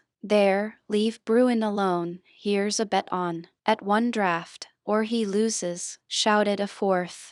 Jacob, bring a bottle. shouted the host, a tall, handsome fellow who stood in the mid of the group without a coat and with his fine linen shirt unfastened in front. Wait a bit, you fellows, here is Pedida. Good man, cried he, addressing Peher. Another voice, from a man of medium height with clear blue eyes, particularly striking among all these drunken voices by its sober ring, cried from the window, "Come here, part the bets." This was Dólokhov, an officer of the Semenov regiment, a notorious gambler and duelist who was living with Anatole. Pierre smiled, looking about him merrily. "I don't understand. What's it all about? Wait a bit. He is not drunk yet. A bottle here," said Anatole. Taking a glass from the table, he went up to Pierre. "First of all, you must drink." Pierre drank one glass after another, looking from under his brows at the tipsy guests who were again crowding round the window and listening to their chatter. Anatole kept on refilling Pierre's glass while explaining that Dólokhov was betting with Stevens, an English naval officer, that he would drink a bottle of rum sitting on the outer ledge of the third-floor window with his legs hanging out. "Go on, you must drink it all," said Anatole, giving Pierre the last glass, "or I won't let you go." "No, I won't," said Pierre, pushing Anatole aside, and he went up to the window. Dólokhov was holding the Englishman's hand and clearly and distinctly repeating the terms of the bet, addressing himself particularly to Anatole and Pierre. Dólokhov was of medium height, with curly hair and light blue eyes. He was about 25. Like all infantry officers, he wore no mustache, so that his mouth, the most striking feature of his face, was clearly seen. The lines of that mouth were remarkably finely curved. The middle of the upper lip formed a sharp wedge and closed firmly on the firm lower one, and something like two distinct smiles played continually round the two corners of the mouth. This, together with the resolute, insolent intelligence of his eyes, produced an effect which made it impossible not to notice his face. Dólokhov was a man of small means and no connections. Yet, though Anatole spent tens of thousands of rubles, Dólokhov lived with him and had placed himself on such a footing that all who knew them, including Anatole himself, respected him more than they did Anatole. Dólokhov could play all games and nearly always won. However much he drank, he never lost his clear-headedness. Both Kuragin and Dólokhov were at that time notorious among the rakes and scapegraces of Petersburg. The bottle of rum was brought. The window frame, which prevented anyone from sitting on the outer sill, was being forced out by two footmen, who were evidently flurried and intimidated by the directions and shouts of the gentlemen around. Anatole, with his swaggering air, strode up to the window. He wanted to smash something. Pushing away the footman, he tugged at the frame, but could not move it. He smashed a pane. "You have a try, Hercules," said he, turning to Pierre. Pierre seized the crossbeam, tugged, and wrenched the oak frame out with a crash. "Take it right out, or they'll think I'm holding on," said Dólokhov. "Is the Englishman bragging, eh? Is it all right?" said Anatole. "First rate," said Pierre, looking at Dólokhov, who with a bottle of rum in his hand was approaching the window, from which the light of the sky, the dawn merging with the afterglow of sunset, was visible. Dólokhov, the bottle of rum still in his hand, jumped onto the window sill. "Listen," cried he, standing there and addressing those in the room. All were silent. "I bet 50 imperials," he spoke French that the Englishman may understand him, but he did not speak it very well. "I bet 50 imperials, or do you wish to make it 100? Added he, addressing the Englishman. "No, 50, replied the latter. "All right, 50 imperials that I will drink a whole bottle of rum, without taking it from my mouth." Sitting outside the window on this spot, he stooped and pointed to the sloping ledge outside the window, and without holding on to anything. "Is that right?" "Quite right," said the Englishman. Anatole turned to the Englishman, and taking him by one of the buttons of his coat and looking down at him, The Englishman was short, began, repeating the terms of the wager to him in English. Wait, cried Dólokhov, hammering with a bottle on the window sill to attract attention. Wait a bit, Kuragin. Listen, if anyone else does the same, I will pay him 100 imperials. Do you understand? The Englishman nodded, but gave no indication whether he intended to accept this challenge or not. Anatole did not release him, and though he kept nodding to show that he understood, Anatole went on translating Dolokhov's words into English. A thin young lad and hussar of the Life Guards, who had been losing that evening, climbed on the window sill, leaned over, and looked down. Oh, oh, oh, he muttered, looking down from the window at the stones of the pavement. Shut up, cried Dólokhov, pushing him away from the window. The lad jumped awkwardly back into the room, tripping over his spurs. Placing the bottle on the window-sill, where he could reach it easily, Dólokhov climbed carefully and slowly through the window and lowered his legs. Pressing against both sides of the window, he'd adjusted himself on his seat, lowered his hands, moved a little to the right and then to the left, and took up the bottle. Anatole brought 2 candles and placed them on the window-sill, though it was already quite light. Dólokhov's back in his white shirt and his curly head were lit up from both sides. Everyone crowded to the window, the Englishman in front. Pierre stood smiling but silent. One man, older than the others present, suddenly pushed forward with a scared and angry look and wanted to seize hold of Dólokhov's shirt. I say, this is folly. He'll be killed, said this more sensible man. Anatole stopped him. Don't touch him. You'll startle him and then he'll be killed. Eh?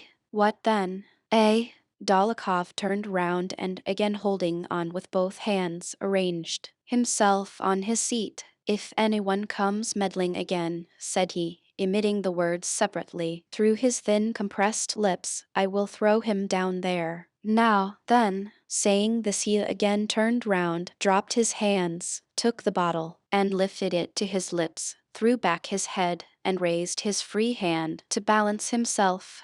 One of the footmen, who had stooped to pick up some broken glass, remained in that position without taking his eyes from the window and from Dólokhov's back. Anatole stood erect with staring eyes. The Englishman looked on sideways, pursing up his lips. The man, who had wished to stop the affair, ran to a corner of the room and threw himself on a sofa with his face to the wall. Pierre hid his face, from which a faint smile forgot to fade, though his features now expressed horror and fear. All were still. Pierre took his hands from his eyes. Dólokhov still sat in the same position, only his head was thrown further back, till his curly hair touched his shirt collar, and the hand holding the bottle was lifted higher and trembled with the effort. The bottle was emptying perceptibly, and rising still higher, and his head tilting yet further back. Why is it so long? Thought Pierre. It seemed to him that more than half an hour had elapsed. Suddenly Dólokhov made a backward movement with his spine, and his arm trembled nervously. This was sufficient to cause his whole body to slip as he sat on the sloping ledge. As he began slipping down, his head and arm wavered still more. With the strain, one hand moved as if to clutch the window-sill, but refrained from touching it. Pierre again covered his eyes and thought he would never open them again. Suddenly he was aware of a stir all around. He looked up. Dólokhov was standing on the window-sill with a pale but radiant face.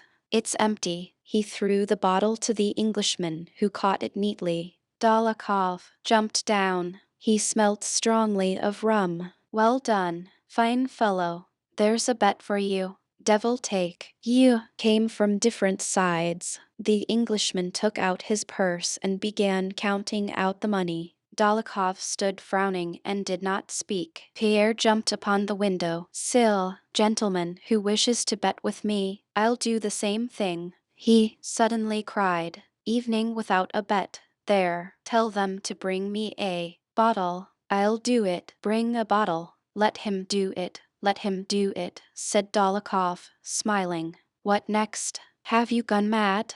No one would let you. Why, you go. Giddy evening on a staircase, exclaimed several voices. I'll drink it. Let's have a bottle of rum, shouted Pierre, banging the table with a determined and drunken gesture and preparing to climb out of the window. They seized him by his arms, but he was so strong that everyone who touched him was sent flying. No, you'll never manage him that way, said Anatole. Wait a bit and I'll get round him. Listen, I'll take your bet tomorrow, but now we are all going to S. Come on then, cried Pierre. Come on. Chapter 10. Prince Vasily kept the promise he had given to Princess Drubetskaya, who had spoken to him on behalf of her only son Boris on the evening of Anna Pavlovna's soiree. The matter was mentioned to the emperor, an exception made, and Boris transferred into the regiment of Semenov Guards with the rank of cornet. He received, however, no appointment to Kutuzov's staff, despite all Anna Mikhailovna's endeavors and entreaties. Soon after Anna Pavlovna's reception, Anna Mikhailovna returned to Moscow and went straight to her rich relations, the Rostovs, with whom she stayed when in the town, and where her darling Bori, who had only just entered a regiment of the line and was being at once transferred to the Guards, as a cornet, had been educated from childhood and lived for years at a time. The Guards had already left Petersburg on the 10th of August, and her son, who had remained in Moscow for his equipment,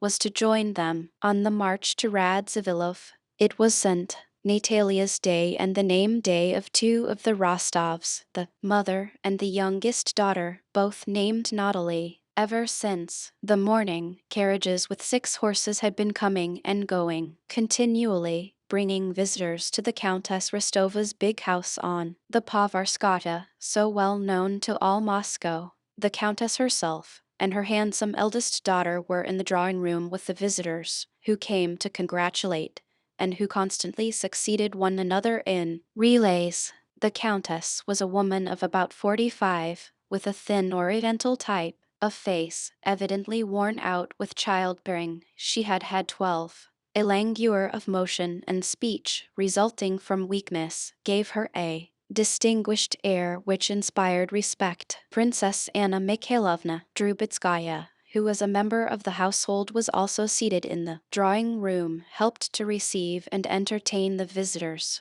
The young people were in one of the inner rooms, not considering it necessary to take part in receiving the visitors. The Count met the guests and saw them off, inviting them all to dinner. I am very, very grateful to you, mon cher, or ma chère, he called everyone without exception and without the slightest variation in his tone. My dear, whether they were above or below him in rank, I thank you for myself and for our 2 dear ones whose name day we are keeping. But mind you come to dinner or I shall be offended, ma chère. On behalf of the whole family I beg you to come, mon cher. These words he repeated to everyone without exception or variation, and with the same expression on his full, cheerful, clean-shaven face, the same firm pressure of the hand and the same quick, repeated bows. As soon as he had seen a visitor off, he returned to one of those who were still in the drawing-room, drew a chair toward him or her, and jauntily spreading out his legs and putting his hands on his knees with the air of a man who enjoys life and knows how to live,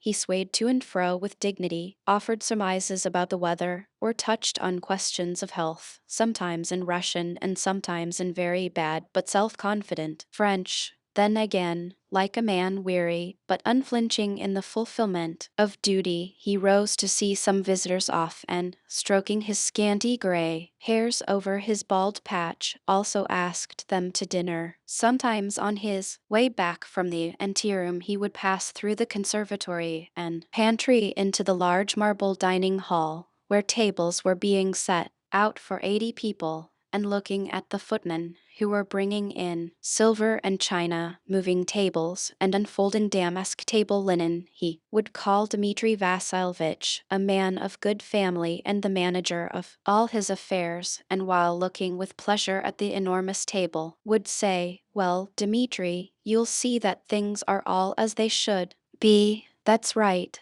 The great thing is the serving, that's it." And with a complacent sigh he would return to the drawing-room. "Maria Lvovna Karagina and her daughter," announced the Countess, gigantic footman in his bass voice, entering the drawing-room. The Countess reflected a moment, and took a pinch from a gold snuff-box with her husband's portrait on it. "I'm quite worn out by these callers. However, I'll see her and no more. She is so affected. Ask her in," she said to the footman in a sad voice, as if saying, "Very well, finish me off." A tall, stout, and proud-looking woman, with a round-faced, smiling daughter, entered the drawing-room, their dresses rustling. "Dear Countess, what an age she has been laid up, poor child, at the Razumovskis' ball." And Countess Apraxina, "I was so delighted," came the sounds of animated feminine voices, interrupting one another, and mingling with the rustling of dresses and the scraping of chairs. Then one of those conversations began which last out until, at the first pause, the guests rise with a rustle of dresses and say, "I am so delighted, mamma's health," and Countess Apraxina, and then, again rustling, pass into the anteroom, put on cloaks or mantles, and drive away. The conversation was on the chief topic of the day, the illness of the wealthy and celebrated beau of Catherine's day, Count Bezukov, and about his illegitimate son Pierre, the one who had behaved so improperly at Anna Pavlovna's reception. "I am so sorry for the poor Count," said the visitor. "He is in such bad health, and now this vexation about his son is enough to kill him." "What is that?" asked the Countess, as if she did not know what the visitor alluded to, though she had already heard about the cause of Count Bezukov's distress some 15 times. "That's what comes of a modern education," exclaimed the visitor. "It seems that while he was abroad this young man was allowed to do as he liked. Now in Petersburg I hear he has been doing such terrible things that he has been expelled by the police." "You don't say so," replied the Countess. "He chose his friends badly," interposed Anna Mikhailovna. "Prince Vasily's son, he and a certain Dolokhov have, it is said, been up to heaven only knows what, and they have had to suffer for it. Dolokhov has been degraded to the ranks and Bezukov's son sent back to Moscow. Anatol Kuragin's father managed somehow to get his son's affair hushed up, but evening he was ordered out of Petersburg." "But what have they been up to?" asked the Countess. "They are regular brigands, especially Dolokhov," replied the visitor. "He is a son of Maria Ivanovna Dolokhova, such a worthy woman. But there, just fancy, those three got hold of a bear somewhere, put it in a carriage, and set off with it to visit some actresses. The police tried to interfere, and what did the young men do? They tied a policeman and the bear back to back and put the bear into the Moika Canal. And there was the bear swimming about with the policeman on his back. What a nice figure the policeman must have cut, my dear," shouted the Count, dying with laughter. "Oh, how dreadful! How can you laugh at it, Count?" Yet the ladies themselves could not help laughing. "It was all they could do to rescue the poor man," continued the visitor. "And to think it is Cyril Vladimirovich Bezukov's son who amuses himself in this sensible manner. And he was said to be so well educated and clever. This is all that his foreign education has done for him. I hope that here in Moscow no one will receive him, in spite of his money. They wanted to introduce him to me, but I quite declined. I have my daughters to consider." "Why do you say this young man is so rich?" asked the Countess, turning away from the girls, who at once assumed an air of inattention. "His children are all illegitimate. I think Pierre also is illegitimate. The visitor made a gesture with her hand. I should think he has a score of them. Princess Anna Mikhailovna intervened in the conversation, evidently wishing to show her connections and knowledge of what went on in society. The fact of the matter is, said she significantly, and also in a half whisper, everyone knows Count Cyril's reputation. He has lost count of his children,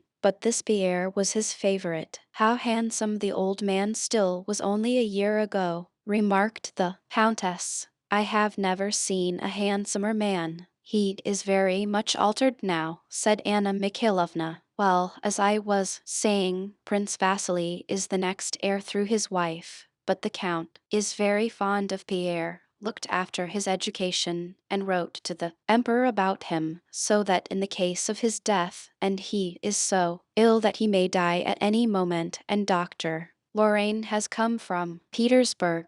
No one knows who will inherit his immense fortune, Pierre or Prince Vasily, 40,000 serfs and millions of rubles. I know it all very well, for Prince Vasily told me himself. Besides, Cyril Vladimirovich is my mother's second cousin. He's also my Boris' godfather, she added, as if she attached no importance at all to the fact. Prince Vasily arrived in Moscow yesterday. I hear he has come on some inspection business, remarked the visitor. Yes, but between ourselves, said the princess, that is a pretext. The fact is he has come to see Count Cyril Vladimirovich, hearing how ill he is. But do you know, my dear, that was a capital joke, said the Count, and, seeing that the elder visitor was not listening, he turned to the young ladies. I can just imagine what a funny figure that policeman cut. And as he waved his arms to impersonate the policeman, his portly form again shook with a deep ringing laugh, the laugh of one who always eats well and, in particular, drinks well.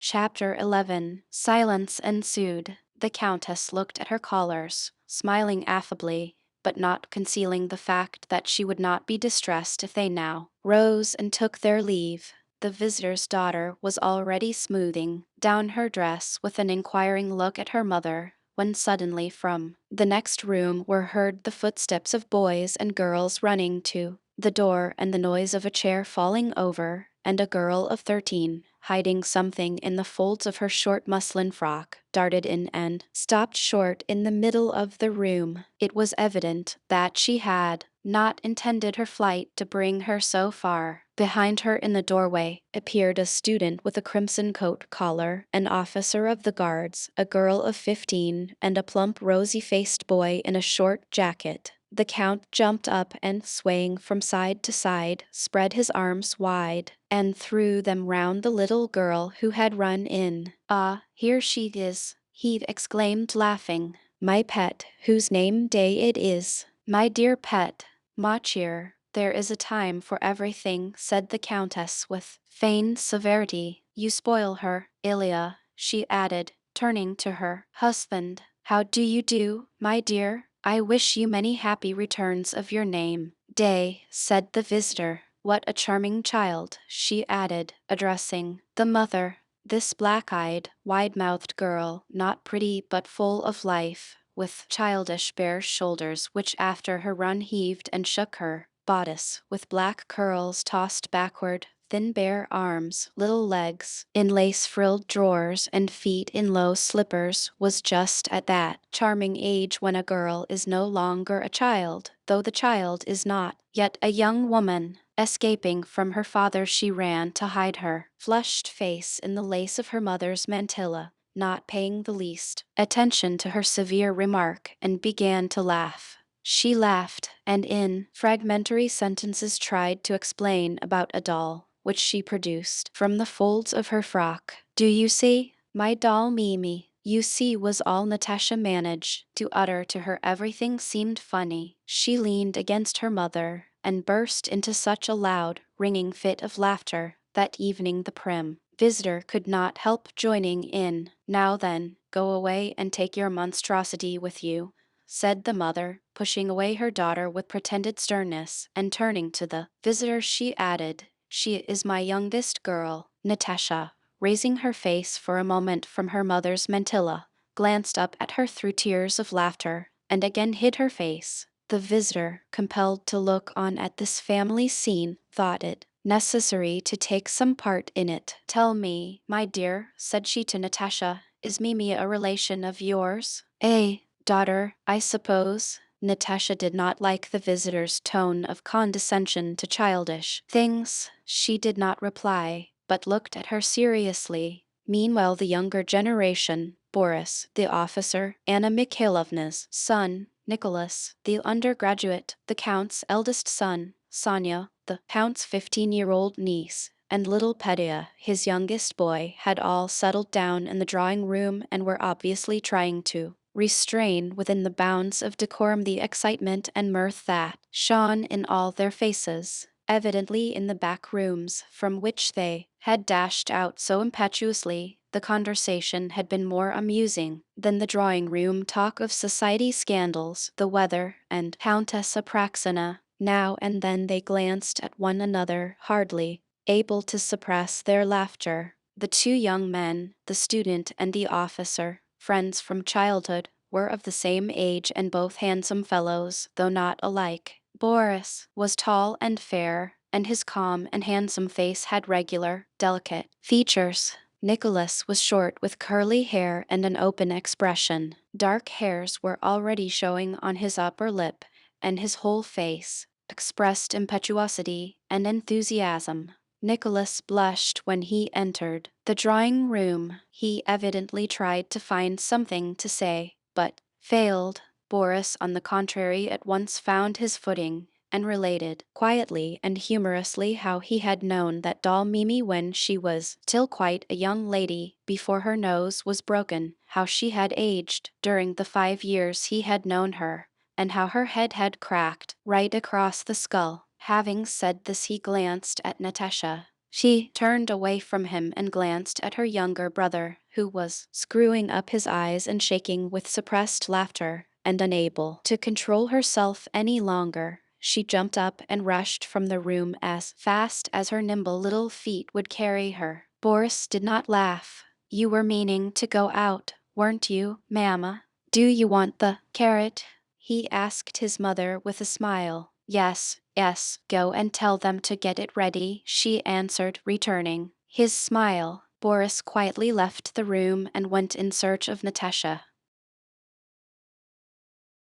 Chapter 12. The only young people remaining in the drawing room, not counting the young lady visitor and the Countess' eldest daughter, who was 4 years older than her sister and behaved already like a grown-up person, were Nicholas and Sonia, the niece. Sonia was a slender little brunette with a tender look in her eyes which were veiled by long lashes, thick black plaits coiling twice round her head, and a tawny tint in her complexion, and especially in the color of her slender, but graceful and muscular, arms and neck.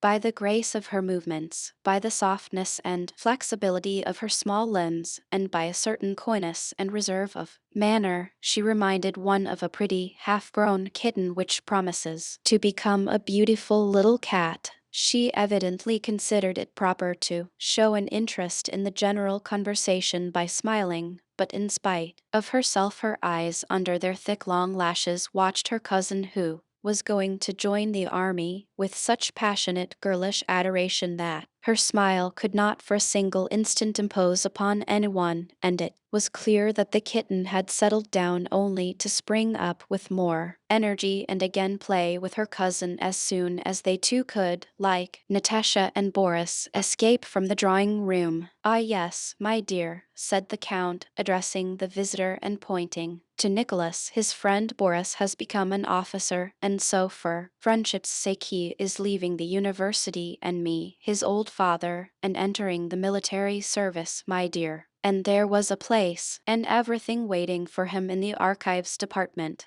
Isn't that friendship? Remarked the Count in an inquiring tone. But they say that war has been declared, replied the visitor. They've been saying so a long while, said the Count, and they'll say so again, and that will be the end of it. My dear, there's friendship for you, he repeated.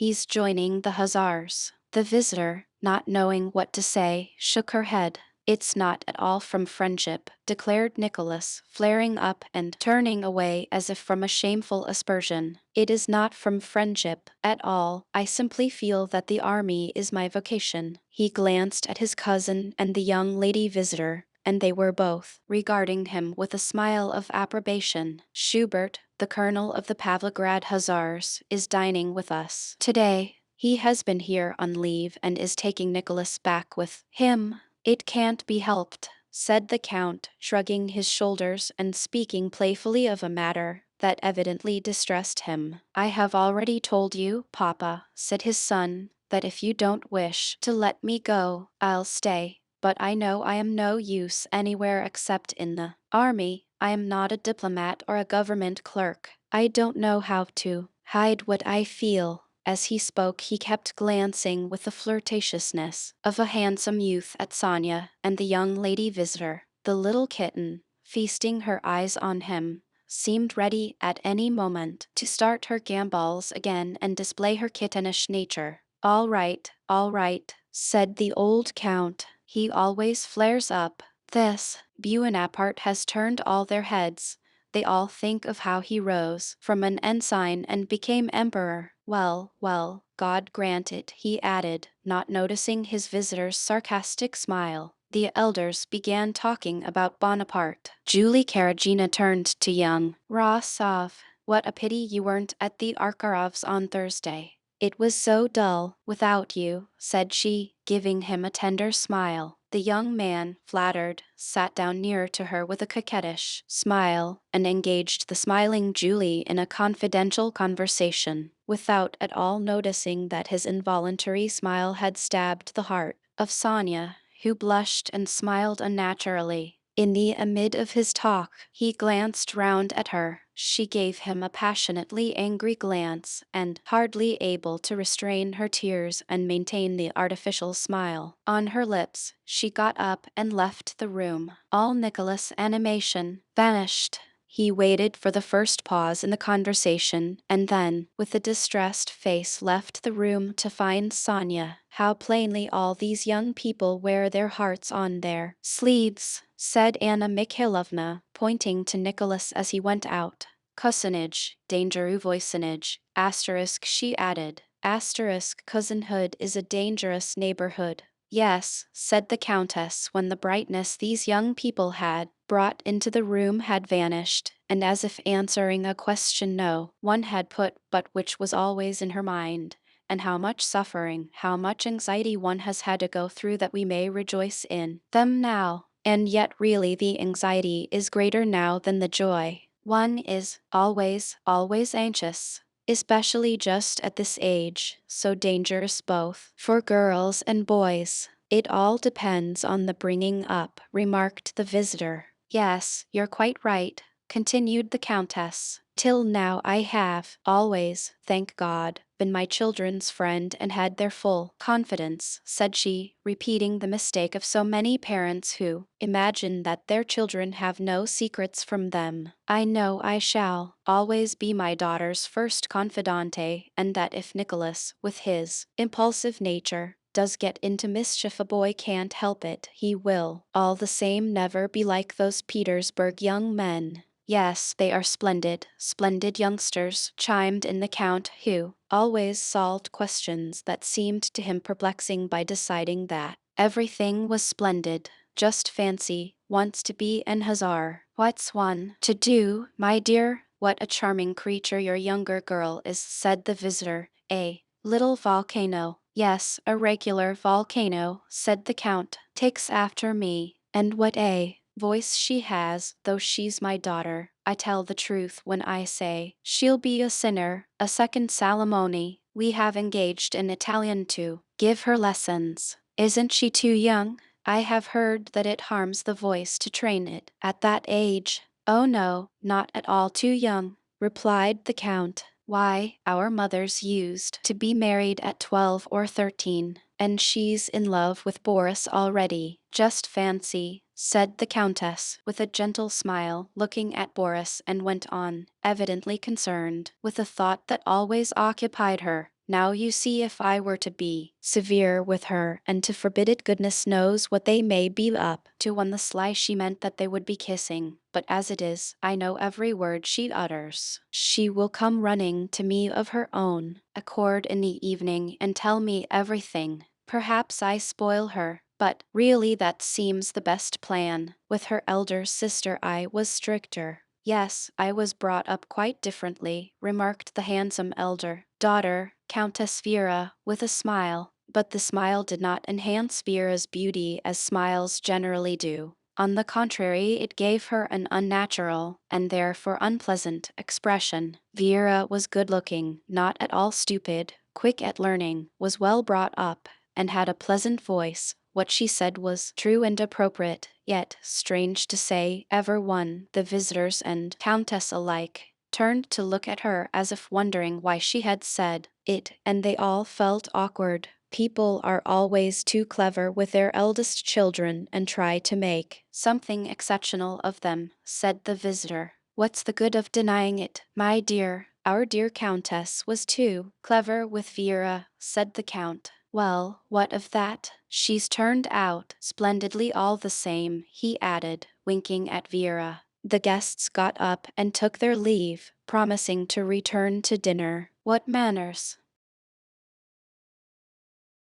Chapter 13. When Natasha ran out of the drawing room, she only went as far as the conservatory. There she paused and stood listening to the conversation. In the drawing room, waiting for Boris to come out, she was already growing impatient and stamped her foot, ready to cry at his not coming. At once, when she heard the young man's discreet steps approaching, neither quickly nor slowly, at this Natasha dashed swiftly among the flower tubs and hid there. Boris paused in the middle of the room, looked round, brushed a little dust from the sleeve of his uniform, and going up to a mirror examined his handsome face.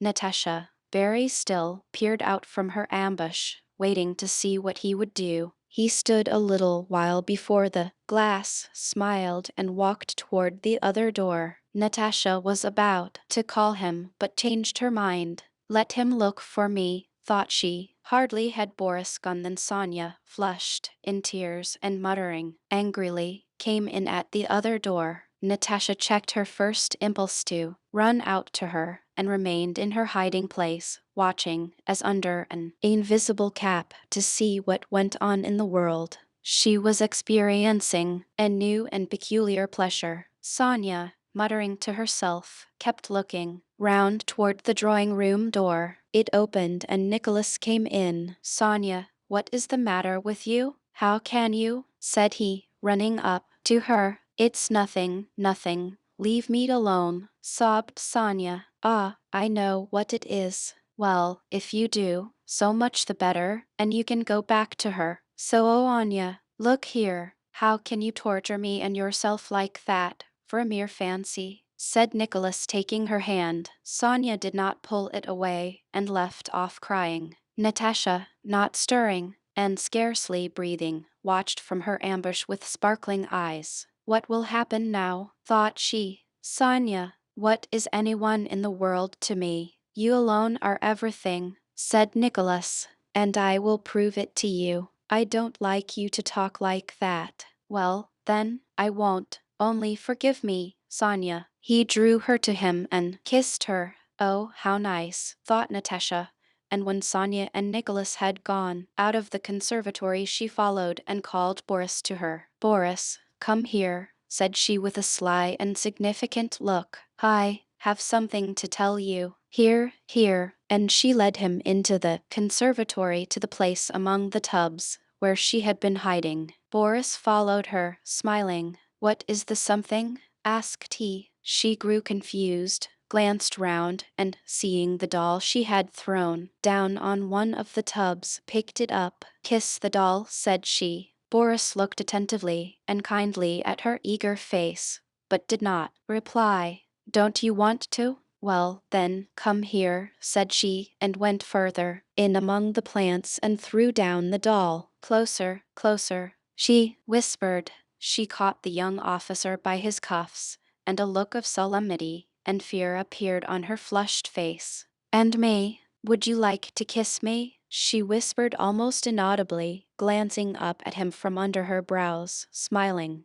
and almost crying from excitement. Boris blushed. "How funny you are," he said, bending down to her and blushing still more, but he waited and did nothing. Suddenly she jumped up onto a tub to be higher than he, embraced him so that both her slender bare arms clasped him above his neck and, tossing back her hair, kissed him full on the lips. Then she slipped down among the flower pots on the other side of the tubs and stood hanging her head. "Natasha," he said, "you know that I love you, but you are in love with me?" Natasha broke in, "Yes, I am. But please don't let us do like that in another 4 years, then I will ask for your hand." Natasha considered. 13, 14, 15, 16, she counted on her slender little fingers. "All right, then it's settled." A smile of joy and satisfaction lit up her eager face. "Settled," replied Boris. "Forever," said the little girl. Chapter 14. After receiving her visitors, the Countess was so tired that she gave orders to admit no more, but the porter was told to be sure to invite to dinner all who came to congratulate. The Countess wished to have a tete-a-tete talk with a friend of her childhood, Princess Anna Mikhailovna, whom she had not seen properly since she returned from Petersburg. Anna Mikhailovna, with her tear-worn but pleasant face, drew her chair nearer to that of the Countess. "With you I will be quite frank," said Anna Mikhailovna. "There are not many left of us old friends. That's why I so value your friendship." Anna Mikhailovna looked at Vera and paused. The Countess pressed her friend's hand. "Vera," she said to her eldest daughter, who was evidently not a favorite, "how is it you have so little tact? Don't you see you are not wanted here? Go to the other girls." Or the handsome Vera smiled contemptuously but did not seem at all hurt. "If you had told me sooner, Mamma, I would have gone," she replied as she rose to go to her own room. But as she passed the sitting room she noticed 2 couples sitting, one pair at each window. She stopped and smiled scornfully. Sonia was sitting close to Nicholas, who was copying out some verses for her, the first he had ever written. Boris and Natasha were at the other window and ceased talking. When Vera entered, Sonia and Natasha looked at Vera with guilty, happy faces. It was pleasant and touching to see these little girls in love, but apparently the sight of them roused no pleasant feeling in Vera. "How often have I asked you not to take my things?" she said. "You have a room of your own," and she took the inkstand from Nicholas. In a minute," he said, dipping his pen. "You always manage to do things at the wrong time," continued Vera. "You came rushing into the drawing room so that everyone felt ashamed of you," though what she said was quite just. Perhaps for that very reason no one replied, and the 4 simply looked at one another. She lingered in the room with the inkstand in her hand. "And at your age, what secrets can there be between Natasha and Boris, or between you two? It's all nonsense." "Now, Vera, what does it matter to you?" said Natasha in defense, speaking very gently. She seemed that day to be more than ever kind and affectionate to everyone. "Very silly," said Vera. "I am ashamed of you." "Secrets, truly. All have secrets of their own," answered Natasha, getting warmer. "We don't interfere with you and Berg." "I should think not," said Vera, "because there can never be anything wrong in my behavior. But I'll just tell Mama how you are behaving with Boris." "Natalia Ilinishna behaves very well to me," remarked Boris. "I have nothing to complain of." "Don't, Boris. You are such a diplomat that it is really tiresome," said Natasha in a mortified voice that trembled slightly. She used the word diplomat, which was just then much in vogue among the children, in the special sense they attached to it. "Why does she bother me?" And she added, turning to Vera, "You'll never understand it, because you've never loved anyone. You have no heart. You are a Madame de Genlis, and nothing more. This nickname, bestowed on Vera by Nicholas, was considered very stinging, and your greatest pleasure is to be unpleasant to people. Go and flirt with Berg as much as you please, she finished quickly. I shall at any rate not run after a young man before visitors. Well, now you've done what you wanted, put in Nicholas, said unpleasant things to everyone and upset them. Let's go to the nursery. All four, like a flock of scared birds, got up and left the room. The unpleasant things were said to me, remarked Vera. I said none to anyone. Madame de Genlis, Madame de Genlis, shouted laughing voices through the door. The handsome Vera, who produced such an irritating and unpleasant effect on everyone, smiled and, evidently unmoved by what had been said to her, went to the looking-glass and arranged her hair and scarf. Looking at her own handsome face, she seemed to become still colder and calmer. In the drawing-room the conversation was still going on. Ah, my dear, said the Countess, my life is not all roses either. Don't I know that at the rate we are living our means won't last long? It's all the club and his easygoing nature. Evening in the country, do we get any rest? Theatricals, hunting, and heaven knows what besides. But don't let's talk about me. Tell me how you managed everything. I often wonder at you, and at how at your age you can rush off alone in a carriage to Moscow, to Petersburg, to those ministers and great people, and know how to deal with them all. It's quite astonishing. How did you get things settled? I couldn't possibly do it. Ah, my love, answered Anna Mikhailovna, God grant you never know what it is to be left a widow without means and with a son you love. To distraction, one learns many things then, she added with a certain pride. That lawsuit taught me much. When I want to see one of those big people I write a note. Princess so-and-so desires an interview with so-and-so, and then I take a cab and go myself 2, 3, or 4 times, till I get what I want. I don't mind what they think of me. Well, and to whom did you apply about Bori? Asked the Countess. You see, yours is already an officer in the Guards, while my Nicholas is going as a cadet. There's no one to interest himself for him. To whom did you apply? To Prince Vasily. He was so kind. He at once agreed to everything and put the matter before the Emperor, said Princess Anna Mikhailovna, enthusiastically, quite forgetting all the humiliation she had endured to gain her end. Has Prince Vasily aged much? Asked the Countess. I have not seen him since we acted together at the Rumiantsovs' theatricals. I expect he has forgotten me. He paid me attentions in those days, said the Countess with a smile. He is just the same as ever, replied Anna Mikhailovna, overflowing with amiability. His position has not turned his head at all. He said to me, I'm sorry I can do so little for you, dear princess. I am at your command. Yes, he is a fine fellow and a very kind relation.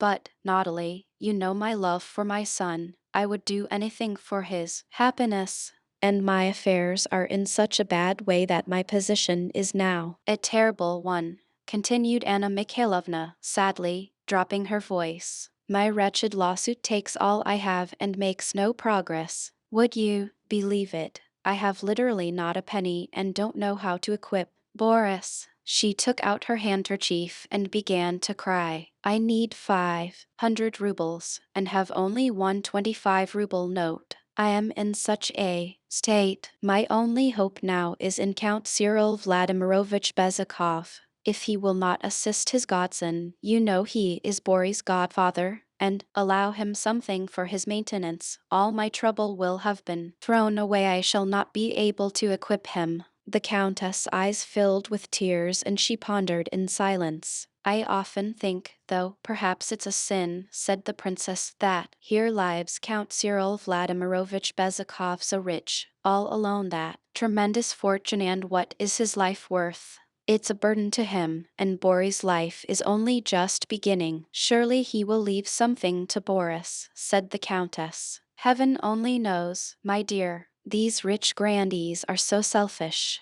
Still, I will take Boris and go to see him at once, and I shall speak to him straight out. Let people think what they will of me. It's really all the same to me when my son's fate is at stake. The princess rose. It's now 2 o'clock and you dine at 4. There will just be time. And like a practical Petersburg lady who knows how to make the most of time, Anna Mikhailovna sent someone to call her son and went into the anteroom with him. Goodbye, my dear, said she to the countess who saw her to the door, and added in a whisper so that her son should not hear, wish me good luck. Are you going to Count Cyril Vladimirovitch, my dear? Said the count, coming out from the dining hall into the anteroom, and he added, if he is better, ask Pierre to dine with us. He has been to the house, you know, and danced with the children. Be sure to invite him, my dear. We will see how Taras distinguishes himself today.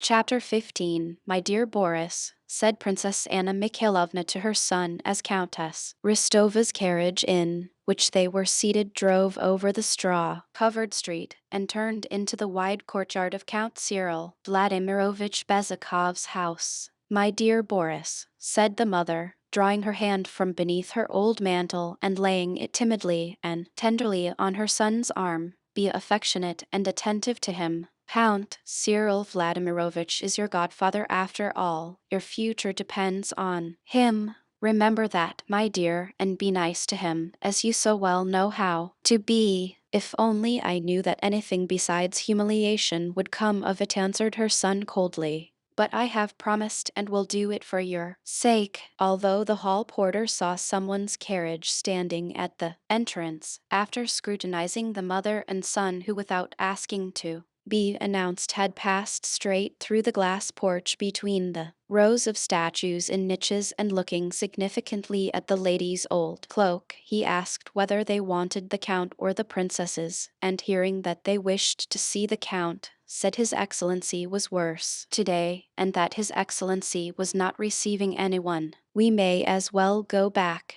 said the son in French. My dear, exclaimed his mother imploringly, again laying her hand on his arm as if that touch may soothe or rouse him. Boris said no more, but looked inquiringly at his mother without taking off his cloak. My friend, said Anna Mikhailovna in gentle tones, addressing the hall porter, I know Count Cyril Vladimirovitch is very ill, that's why I have come. I am a relation. I shall not disturb him, my friend. I only need see Prince Vasily Sergeyevich. He is staying here, is he not? Please announce me. The hall porter sullenly pulled a bell that rang upstairs and turned away. Princess Strubitskaya to see Prince Vasily Sergeyevich, he called to a footman dressed in knee breeches, shoes, and a swallowtail coat, who ran downstairs and looked over from the halfway landing. The mother smoothed the folds of her dyed silk dress before a large Venetian mirror in the wall, and in her trodden-down shoes briskly ascended the carpeted stairs. My dear, she said to her son, once more stimulating him by a touch, you promised me. The son, lowering his eyes, followed her quietly. They entered the large hall from which one of the doors led to the apartments assigned to Prince Vasily, just as the mother and son, having reached the middle of the hall, were about to ask their way of an elderly footman who had sprung up as they entered. The bronze handle of one of the doors turned and Prince Vasily came out, wearing a velvet coat with a single star on his breast, as was his custom when at home, taking leave of a good-looking, dark-haired man. This was the celebrated Petersburg doctor, Lorraine. Then it is certain, said the prince. Prince humanum est error, asterisk, but replied the doctor, swallowing his R's and pronouncing the Latin words with a French accent. Asterisk, to err is human. Very well, seeing Anna Mikhailovna and her son, Prince Vasily dismissed the doctor with a bow and approached them silently and with a look of inquiry. The son noticed that an expression of profound sorrow suddenly clouded his mother's face, and he smiled slightly. Ah, Prince, in what sad circumstances we meet again. And how is our dear invalid? Said she, as though unaware of the cold, offensive look fixed on her. Prince Vasily stared at her and at Boris questioningly and perplexed. Boris bowed politely. Prince Vasily, without acknowledging the bow, turned to Anna Mikhailovna, answering her query by a movement of the head and lips indicating very little hope for the patient. "Is it possible?" exclaimed Anna Mikhailovna. "Oh, how awful! It is terrible to think this is my son," she added, indicating Boris. "He wanted to thank you himself." Boris bowed again politely. "Believe me, Prince, a mother's heart will never forget what you have done for us. I am glad I was able to do you a service, my dear Anna Mikhailovna," said Prince Vasily, arranging his lace frill, and in tone and manner, here in Moscow to Anna Mikhailovna, whom he had placed under an obligation, assuming an air of much greater importance than he had done in Petersburg at Anna Schur's reception. "Try to serve well and show yourself worthy," added he, addressing Boris, with severity. "I am glad. Are you here on leave?" he went on in his usual tone of indifference. "I am awaiting orders to join my new regiment, Your Excellency," replied Boris, betraying neither annoyance at the prince's brusque manner nor a desire to enter into conversation, but speaking so quietly and respectfully that the prince gave him a searching glance. "Are you living with your mother?"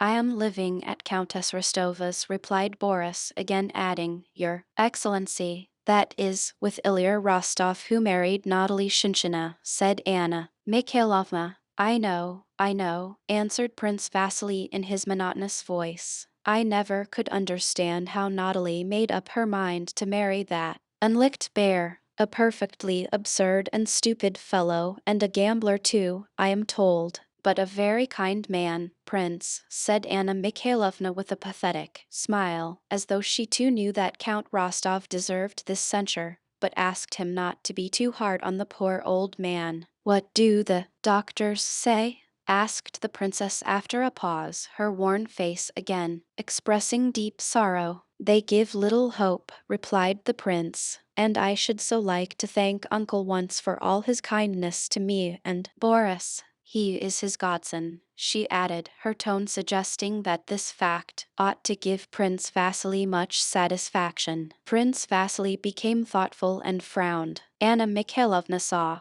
that he was afraid of finding in her a rival for Count Bezukov's fortune, and hastened to reassure him. "If it were not for my sincere affection and devotion to Uncle," said she, uttering the word with peculiar assurance and unconcern, "I know his character, noble, upright, but you see he has no one with him, except the young princesses. They are still young." She bent her head and continued in a whisper, "Has he performed his final duty, Prince? How priceless are those last moments! It can make things no worse, and it is absolutely necessary to prepare him if he is so ill. We women, Prince," and she smiled tenderly, "always know how to say these things. I absolutely must see him, however painful it may be for me. I am used to suffering." Evidently the prince understood her, and also understood, as he had done at Anna Pavlovna's, that it would be difficult to get rid of Anna Mikhailovna.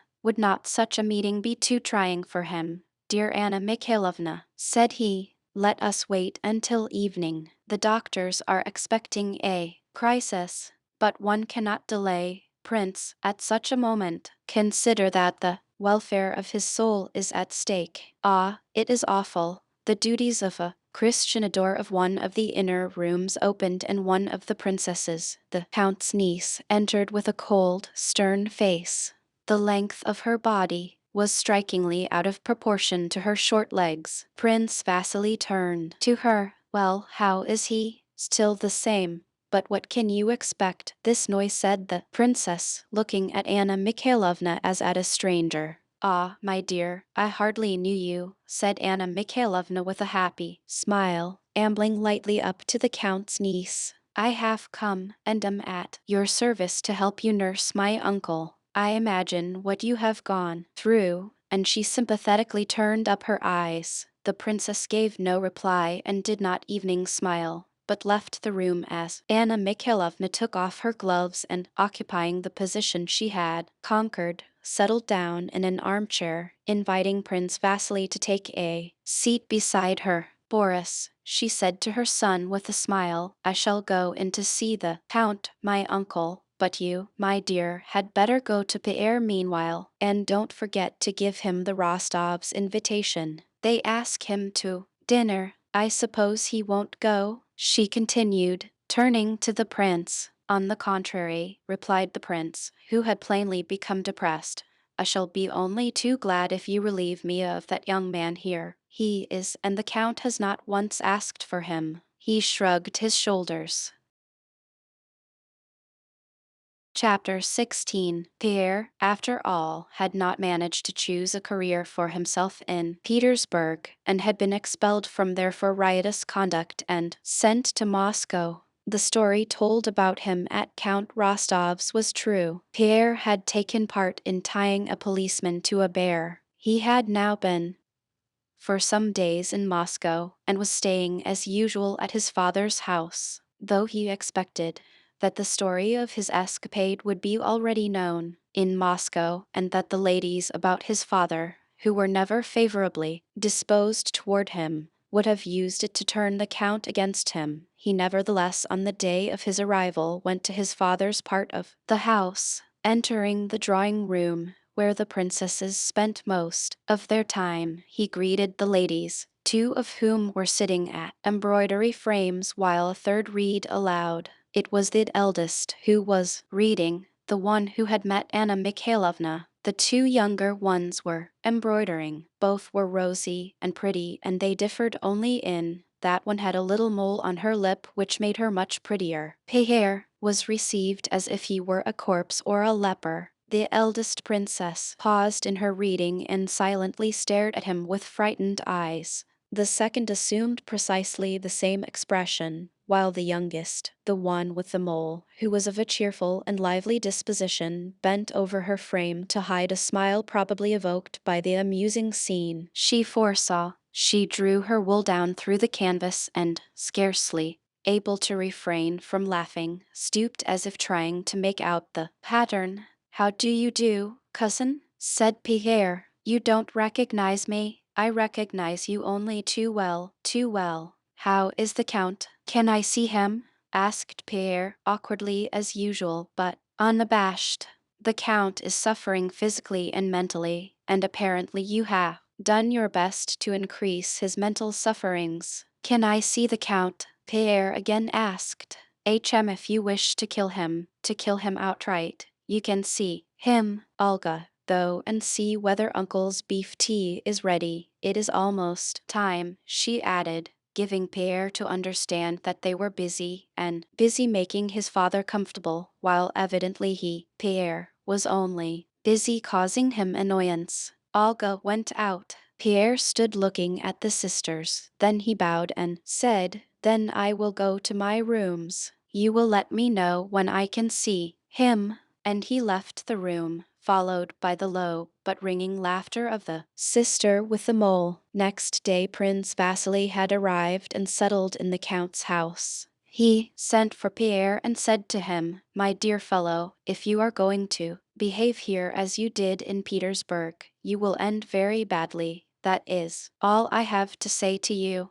The count is very, very ill, and you must not see him at all. Since then Pierre had not been disturbed, and had spent the whole time in his rooms upstairs. When Boris appeared at his door, Pierre was pacing up and down his room, stopping occasionally at a corner to make menacing gestures at the wall, as if running a sword through an invisible foe, and glaring savagely over his spectacles, and then again resuming his walk, muttering indistinct words, shrugging his shoulders and gesticulating. England is done for, said he, scowling and pointing his finger at someone unseen. Mr. Pitt, as a traitor to the nation and to the rights of man, is sentenced to but before Pierre, who at that moment imagined himself to be Napoleon in person, and to have just effected the dangerous crossing of the Straits of Dover and captured London, could pronounce Pitt's sentence. He saw a well-built and handsome young officer entering his room. Pierre paused.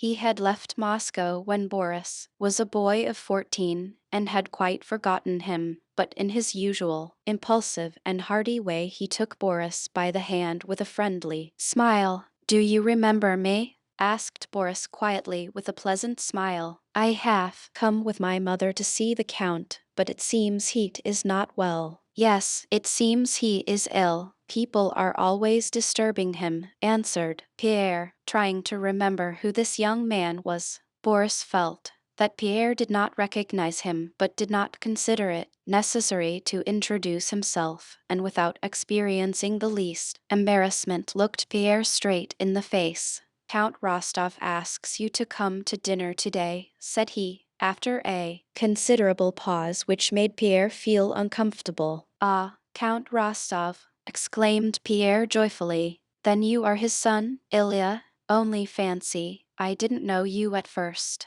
Do you remember how we went to the Sparrow Hills with Madame Jacquot? It's such an age." "You are mistaken," said Boris deliberately, with a bold and slightly sarcastic smile. "I am Boris, son of Princess Anna Mikhailovna Drubetskaya. Rostov, the father, is Ilya, and his son is Nicholas. I never knew any Madame Jacquot." Pierre shook his head and arms as if attacked by mosquitoes or bees. "Oh dear, what am I thinking about? I've mixed everything up. One has so many relatives in Moscow." "So you are Boris? Of course. Well, now we know where we are. And what do you think of the Boulogne expedition? The English will come off badly, you know, if Napoleon gets across the Channel. I think the expedition is quite feasible, if only Villeneuve doesn't make a mess of things." Boris knew nothing about the Boulogne expedition. He did not read the papers, and it was the first time he had heard Villeneuve's name.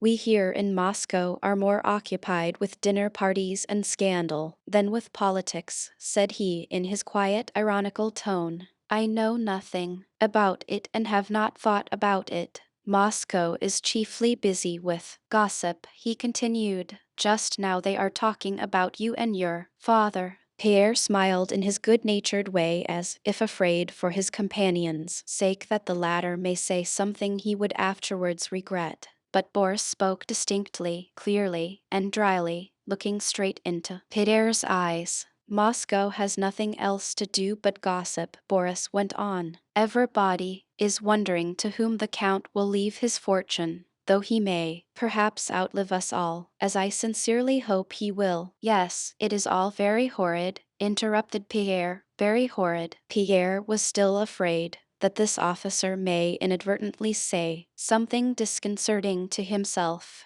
"And it must seem to you," said Boris, flushing slightly, but not changing his tone or attitude, "it must seem to you that everyone is trying to get something out of the rich man." "So it does," thought Pierre, "but I just wish to say, to avoid misunderstandings, that you are quite mistaken if you reckon me or my mother among such people. We are very poor, but for my own part at any rate, for the very reason that your father is rich, I don't regard myself as a relation of his, and neither I nor my mother would ever ask or take anything from him." For a long time Pierre could not understand, but when he did, he jumped up from the sofa, seized Boris under the elbow in his quick, clumsy way, and, blushing far more than Boris, began to speak with a feeling of mingled shame and vexation. "Well, this is strange. Do you suppose I who could think? I know very well," but Boris again interrupted him.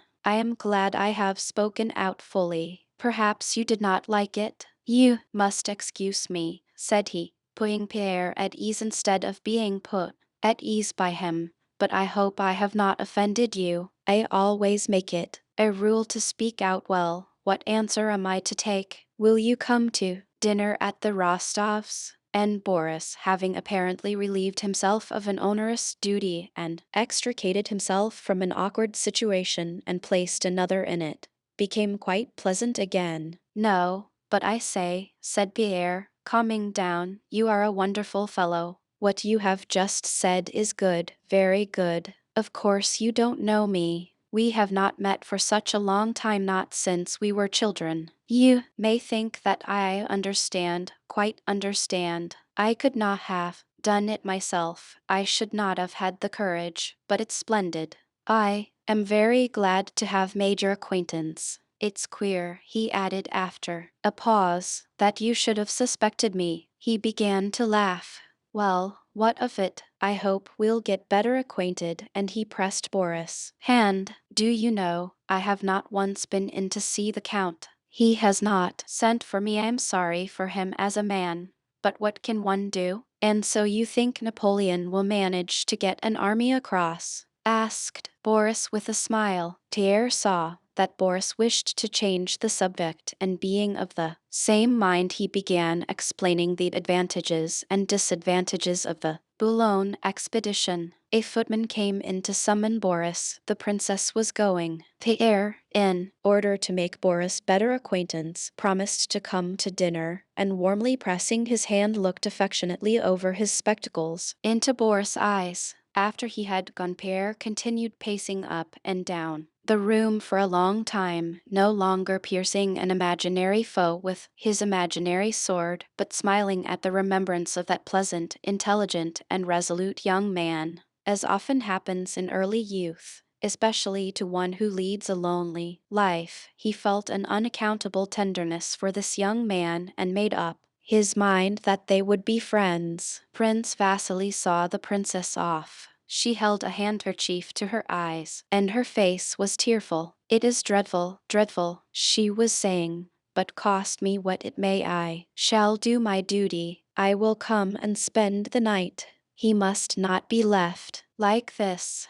Every moment is precious. I can't think why his nieces put it off. Perhaps God will help me to find a way to prepare him. Adieu, Prince. May God support you. Adieu, ma bonne, answered Prince Vasily, turning away from her. Oh, he is in a dreadful state, said the mother to her son when they were in the carriage. He hardly recognizes anybody. I don't understand, mamma. What is his attitude to Pierre? Asked the son. The will show that, my dear. Our fate also depends on it. But why do you expect that he will leave us anything? Ah, my dear, he is so rich, and we are so poor. Well, that is hardly a sufficient reason, mamma. Oh, heaven! Chapter 17. After Anna Mikhailovna had driven off with her son to visit Count Cyril Vladimirovich Bezakov, Countess Rostova sat for a long time all alone, applying her handkerchief to her eyes. At last she rang. What is the matter with you, my dear? She said crossly to the maid, who kept her waiting some minutes. Don't you wish to serve me? Then I'll find you another place. The Countess was upset by her friend's sorrow and humiliating poverty, and was therefore out of sorts, a state of mind which with her always found expression in calling her maid my dear, and speaking to her with exaggerated politeness. I am very sorry, ma'am, answered the maid. Ask the Count to come to me. The Count came waddling in to see his wife with a rather guilty look as usual. Well, little Countess, what a sauté of game au madère we are to have, my dear. I tasted it.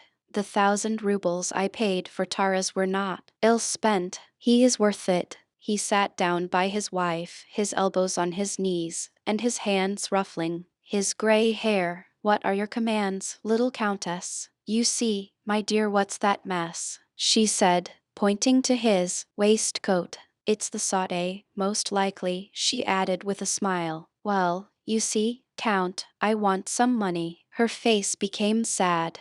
Oh, little Countess. And the Count began bustling to get out his pocketbook. I want a great deal, Count. I want 500 rubles, and taking out her cambric handkerchief she began wiping her husband's waistcoat. Yes, immediately, immediately. Hey, who's there? He called out in a tone only used by persons who are certain that those they call will rush to obey the summons. Send Dmitri to me, Dmitri. a man of good family who had been brought up in the Count's house and now managed all his affairs, stepped softly into the room. "This is what I want, my dear fellow," said the Count to the deferential young man who had entered. "Bring me," he reflected a moment. "Yes, bring me 700 rubles. Yes, but mind, don't bring me such tattered and dirty notes as last time, but nice clean ones for the Countess." "Yes, Dmitri, clean ones, please," said the Countess, sighing deeply. "When would you like them, Your Excellency?" asked Dmitri. "Allow me to inform you, but don't be uneasy," he added, noticing that the Count was beginning to breathe heavily and quickly, which was always a sign of approaching anger. "I was forgetting, do you wish it brought at once?" "Yes, yes, just so. Bring it. Give it to the Countess." "What a treasure that Dmitri is," added the Count with a smile when the young man had departed. "There is never any impossible with him. That's a thing I hate. Everything is possible. Ah, money, Count, money. How much sorrow it causes in the world," said the Countess. "But I am in great need of this sum. You, my little Countess, are a notorious spendthrift," said the Count, and having kissed his wife's hand he went back to his study. When Anna Mikhailovna returned from Count Bezukov's, the money, all in clean notes, was lying ready under a handkerchief on the Countess' little table, and Anna Mikhailovna noticed that something was agitating her. "Well, my dear?" asked the Countess. "Oh, what a terrible state he is in. One would not know him, he is so ill. I was only there a few moments and hardly said a word. Annette, for heaven's sake don't refuse me," the Countess began, with a blush that looked very strange on her thin, dignified, elderly face, and she took the money from under the handkerchief. Anna Mikhailovna instantly guessed her intention, and stooped to be ready to embrace the Countess at the appropriate moment. "This is for Boris from me, for his outfit."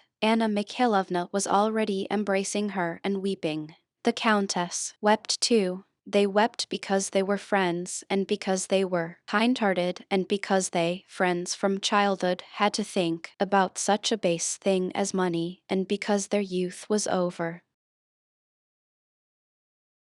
Chapter 18. Countess Rostova, with her daughters and a large number of guests, was already seated in the drawing-room. The Count took the gentlemen into his study and showed them his choice collection of Turkish pipes. From time to time he went out to ask, "Hasn't she come yet?" They were expecting Maria Dmitrievna Akrasimova, known in society as La Terrible Dragon, a lady distinguished not for wealth or rank, but for common sense and frank plainness of speech. Maria Dmitrievna was known to the imperial family as well as to all Moscow and Petersburg, and both cities wondered at her, laughed privately at her rudenesses, and told good stories about her, while none the less all without exception respected and feared her. In the Count's room, which was full of tobacco smoke, they talked of war that had been announced in a manifesto, and about the recruiting. None of them had yet seen the manifesto, but they all knew it had appeared. The Count sat on the sofa between two guests who were smoking and talking. He neither smoked nor talked, but bending his head first to one side and then to the other watched the smokers with evident pleasure, and listened to the conversation of his two neighbors, whom he egged on against each other. One of them was a sallow, clean-shaven civilian with a thin and wrinkled face, already growing old, though he was dressed like a most fashionable young man. He sat with his legs up on the sofa as if quite at home, and having stuck an amber mouthpiece far into his mouth, was inhaling the smoke spasmodically and screwing up his eyes. This was an old bachelor, Shinshin, a cousin of the Countess, a man with a sharp tongue, as they said in Moscow society. He seemed to be condescending to his companion. The latter, a fresh, rosy officer of the guards, irreproachably washed, brushed, and buttoned, held his pipe in the middle of his mouth and with red lips gently inhaled the smoke, letting it escape from his handsome mouth in rings. This was Lieutenant Berg, an officer in the Semenov regiment with whom Boris was to travel to join the army, and about whom Natasha had teased her elder sister Vera, speaking of Berg as her intended. The Count sat between them and listened attentively. His favorite occupation when not playing Boston, a card game he was very fond of, was that of listener, especially when he succeeded in setting two loquacious talkers at one another. Well, then, old chap, Montrez Honorable Alphonse Karlovich said, Shinshin, laughing ironically and mixing the most ordinary Russian expressions with the choicest French phrases, which was a peculiarity of his speech. Vous comptez vous faire des rents sur l'etat, asterisk you want to make something out of your company, asterisk you expect to make an income out of the government. No, Peter Nikolaevich, I only want to show that in the cavalry the advantages are far less than in the infantry. Just consider my own position now. Peter Nikolaevich Berg always spoke quietly, politely, and with great precision. His conversation always related entirely to himself. He would remain calm and silent when the talk related to any topic that had no direct bearing on himself. He could remain silent for hours without being at all put out of countenance himself or making others uncomfortable. But as soon as the conversation concerned himself, he would begin to talk circumstantially and with evident satisfaction. Consider my position, Peter Nikolaevich. Were I in the cavalry, I should get not more than 200 rubles every 4 months, evening with the rank of lieutenant. But as it is I receive 230, said he, looking at Shinshin and the Count with a joyful, pleasant smile, as if it were obvious to him that his success must always be the chief desire of everyone else. Besides that, Peter Nikolaevich, by exchanging into the guards I shall be in a more prominent position, continued Berg, and vacancies occur much more frequently in the foot guards. Then just think what can be done with 230 rubles. I evening managed to put a little aside and to send something to my father, he went on, emitting a smoke ring. La balance yest asterisk a German knows how to skin a flint, as the proverb says, remarked Shinshin, moving his pipe to the other side of his mouth and winking at the Count, asterisk so that squares matters. The Count burst out laughing. The other guests, seeing that Shinshin was talking, came up to listen. Berg, oblivious of irony or indifference, continued to explain how by exchanging into the guards he had already gained a step on his old comrades of the cadet corps, how in wartime the company commander may get killed and he, as senior in the company, may easily succeed to the post, how popular he was with everyone in the regiment, and how satisfied his father was with him. Berg evidently enjoyed narrating all this and did not seem to suspect that others, too, may have their own interests. But all he said was so prettily sedate, and the naivete of his youthful egotism was so obvious, that he disarmed his hearers. Well, my boy, you'll get along wherever you go, foot or horse, that I'll warrant, said Shinshin, patting him on the shoulder and taking his feet off the sofa.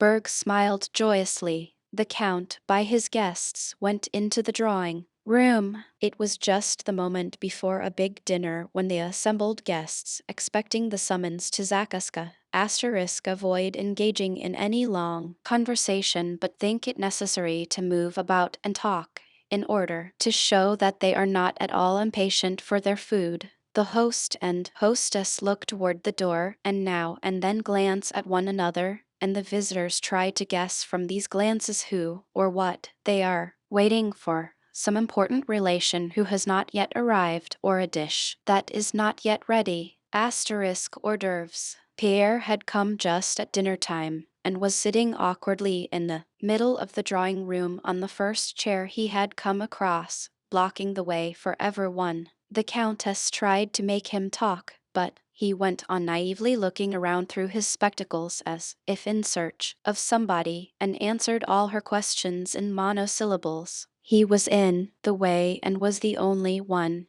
who did not notice the fact Most of the guests, knowing of the affair with the bear, looked with curiosity at this big, stout, quiet man, wondering how such a clumsy, modest fellow could have played such a prank on a policeman. "You have only lately arrived?" the countess asked him. "We, madam," replied he, looking around him. "You have not yet seen my husband?" "Non, madam." He smiled quite inappropriately. "You have been in Paris recently, I believe. I suppose it's very interesting." "Very interesting." The countess exchanged glances with Anna Mikhailovna. The latter understood that she was being asked to entertain this young man, and sitting down beside him she began to speak about his father. But he answered her, as he had the countess, only in monosyllables. The other guests were all conversing with one another. "The Razumovskis it was. Charming, you are very kind." Countess Apraxina was heard on all sides.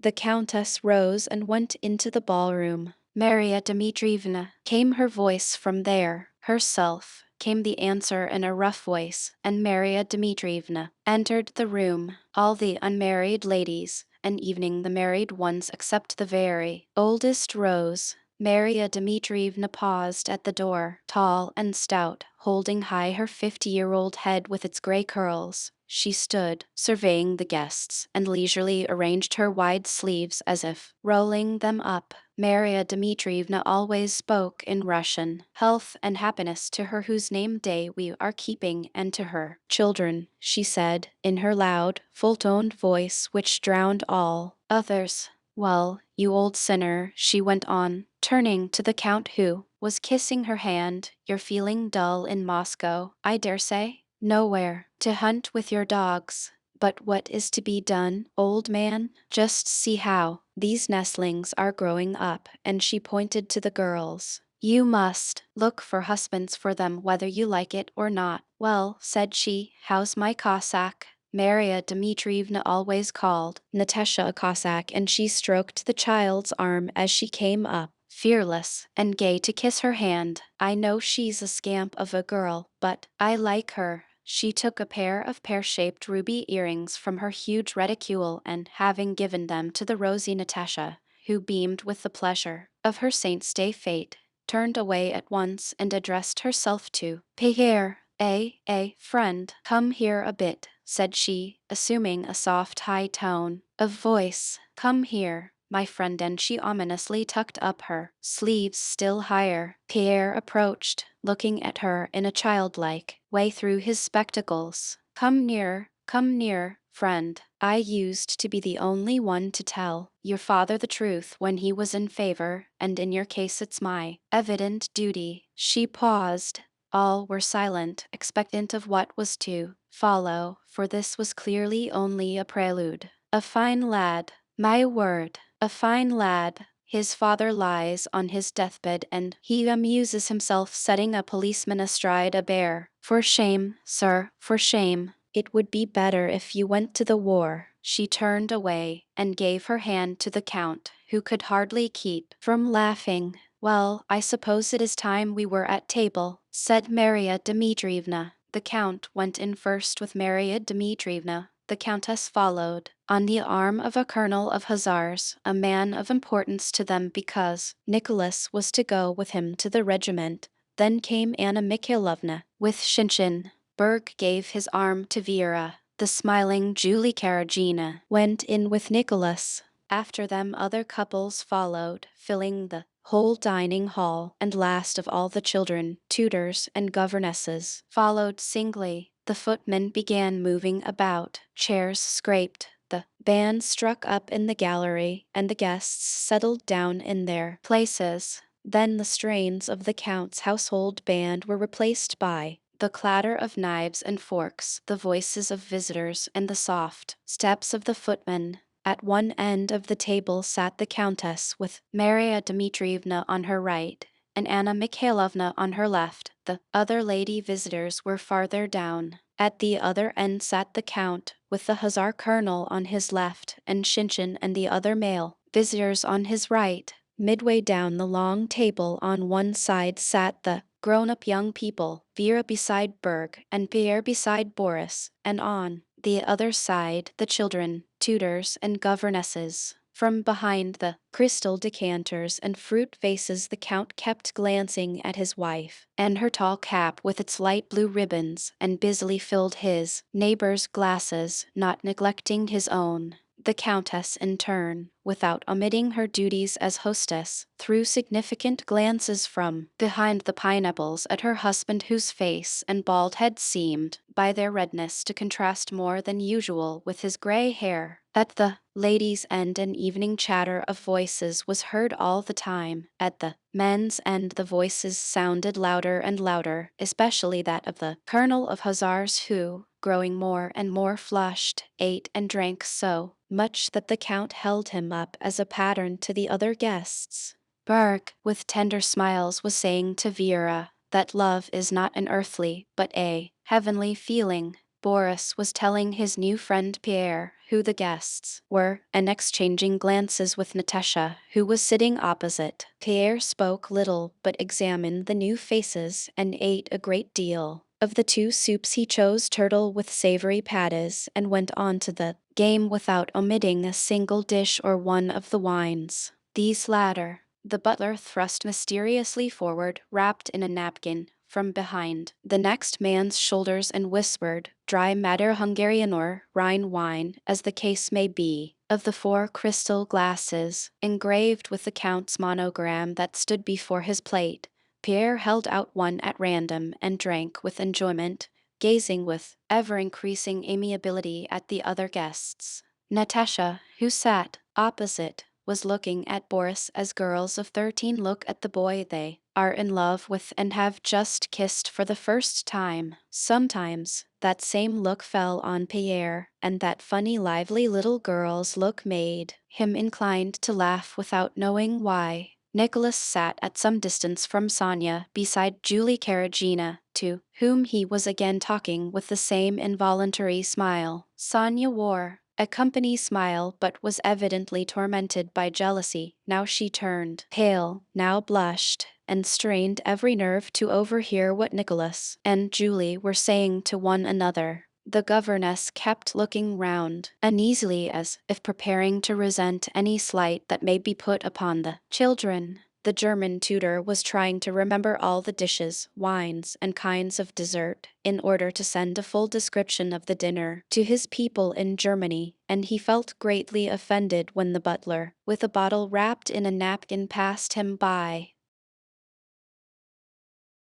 Chapter 19. At the men's end of the table the talk grew more and more animated. The colonel told them that the declaration of war had already appeared in Petersburg, and that a copy, which he had himself seen, had that day been forwarded by courier to the commander-in-chief. "And why the deuce are we going to fight Bonaparte?" remarked Shinshin. "He has stopped Austria's cackle, and I fear it will be our turn next." The colonel was a stout, tall, plethoric German, evidently devoted to the service and patriotically Russian. He resented Shinshin's remark. "It is for the Ryazan, my good sir," said he, speaking with a German accent, "for the Ryazan that the Emperor knows that he declares in the manifesto that he cannot view with indifference the danger threatening Russia, and that the safety and dignity of the Empire as well as the sanctity of its alliances." He spoke this last word with particular emphasis, as if in it lay the gist of the matter. Then, with the unerring official memory that characterized him, he repeated from the opening words of the manifesto, "And the wish, which constitutes the Emperor's sole and absolute aim, to establish peace in Europe on firm foundations, has now decided him to dispatch part of the army abroad and to create a new condition for the attainment of that purpose. That, my dear sir, is why," he concluded, drinking a tumbler of wine with dignity and looking to the Count for approval, "Connaissez vous le proverbe, Jerome, Jerome, do not roam, but turn spindles at home," said Shinshin, puckering his brows and smiling. "Cela nous convient à merveille d'asterisk to Suvorov now. He knew what he was about, yet they beat him a plate couture. Asterisk 3. And where are we to find Suvorovs now?" G. Vu's demand on Pew, asterisk 4 said he, continually changing, from French to Russian, asterisk do you know the proverb?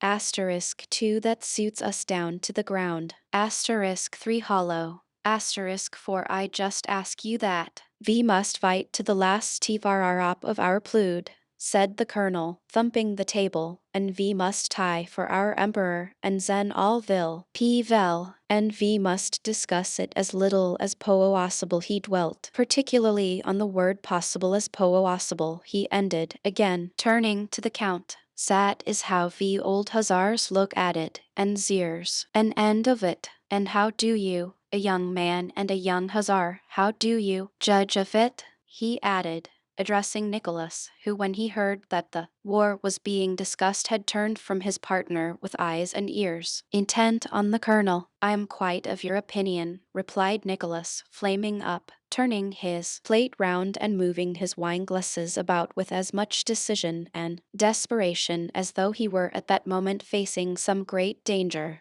I am convinced that we Russians must die or conquer, he concluded, conscious, as were others, after the words were uttered, that his remarks were too enthusiastic and emphatic for the occasion and were therefore awkward. What you said just now was splendid, said his partner Julie. Sonia trembled all over and blushed to her ears and behind them and down to her neck and shoulders while Nicholas was speaking. Pierre listened to the colonel's speech and nodded approvingly. That's fine, said he. The young man's a real hussar, shouted the colonel, again thumping the table. What are you making such a noise about over there? Marya Dmitrievna's deep voice suddenly inquired from the other end of the table. What are you thumping the table for? She demanded of the hussar, and why are you exciting yourself? Do you think the French are here? I am speaking the truth, replied the hussar with a smile. It's all about the war, the count shouted down the table. You know my son's going, Marya Dmitrievna. My son is going. I have 4 sons in the army, but still I don't fret. It is all in God's hands. You may die in your bed or God may spare you in a battle, replied Marya Dmitrievna's deep voice, which easily carried the whole length of the table. That's true. Once more the conversations concentrated, the ladies at the one end and the men's at the other. You won't ask, Natasha's little brother was saying. I know you won't ask. I will, replied Natasha, her face suddenly flushed with reckless and joyous resolution. She half rose by a glance inviting Pierre, who sat opposite, to listen to what was coming, and turning to her mother, Mamma, rang out the clear contralto notes of her childish voice, audible the whole length of the table. What is it? Asked the countess, startled, but seeing by her daughter's face that it was only mischief. She shook a finger at her sternly with a threatening and forbidding movement of her head. The conversation was hushed. Mela, what sweets are we going to have? And Natasha's voice sounded still more firm and resolute. The countess tried to frown, but could not. Marya Dmitrievna shook her fat finger. Cossack, she said threateningly. Most of the guests, uncertain how to regard the sally, looked at the elders. You had better take care, said the countess. Mela, what sweets are we going to have? Natasha again cried boldly, with saucy gaiety, confident that her prank would be taken in good part. Sonia and fat little Pedya doubled up with laughter. You see, I have asked, whispered Natasha to her little brother and to Pierre, glancing at him again. Ice pudding. But you won't get any, said Marya Dmitrievna. Natasha saw there was nothing to be afraid of, and so she braved evening. Marya Dmitrievna, what kind of ice pudding? I don't like ice cream. Carrot ices.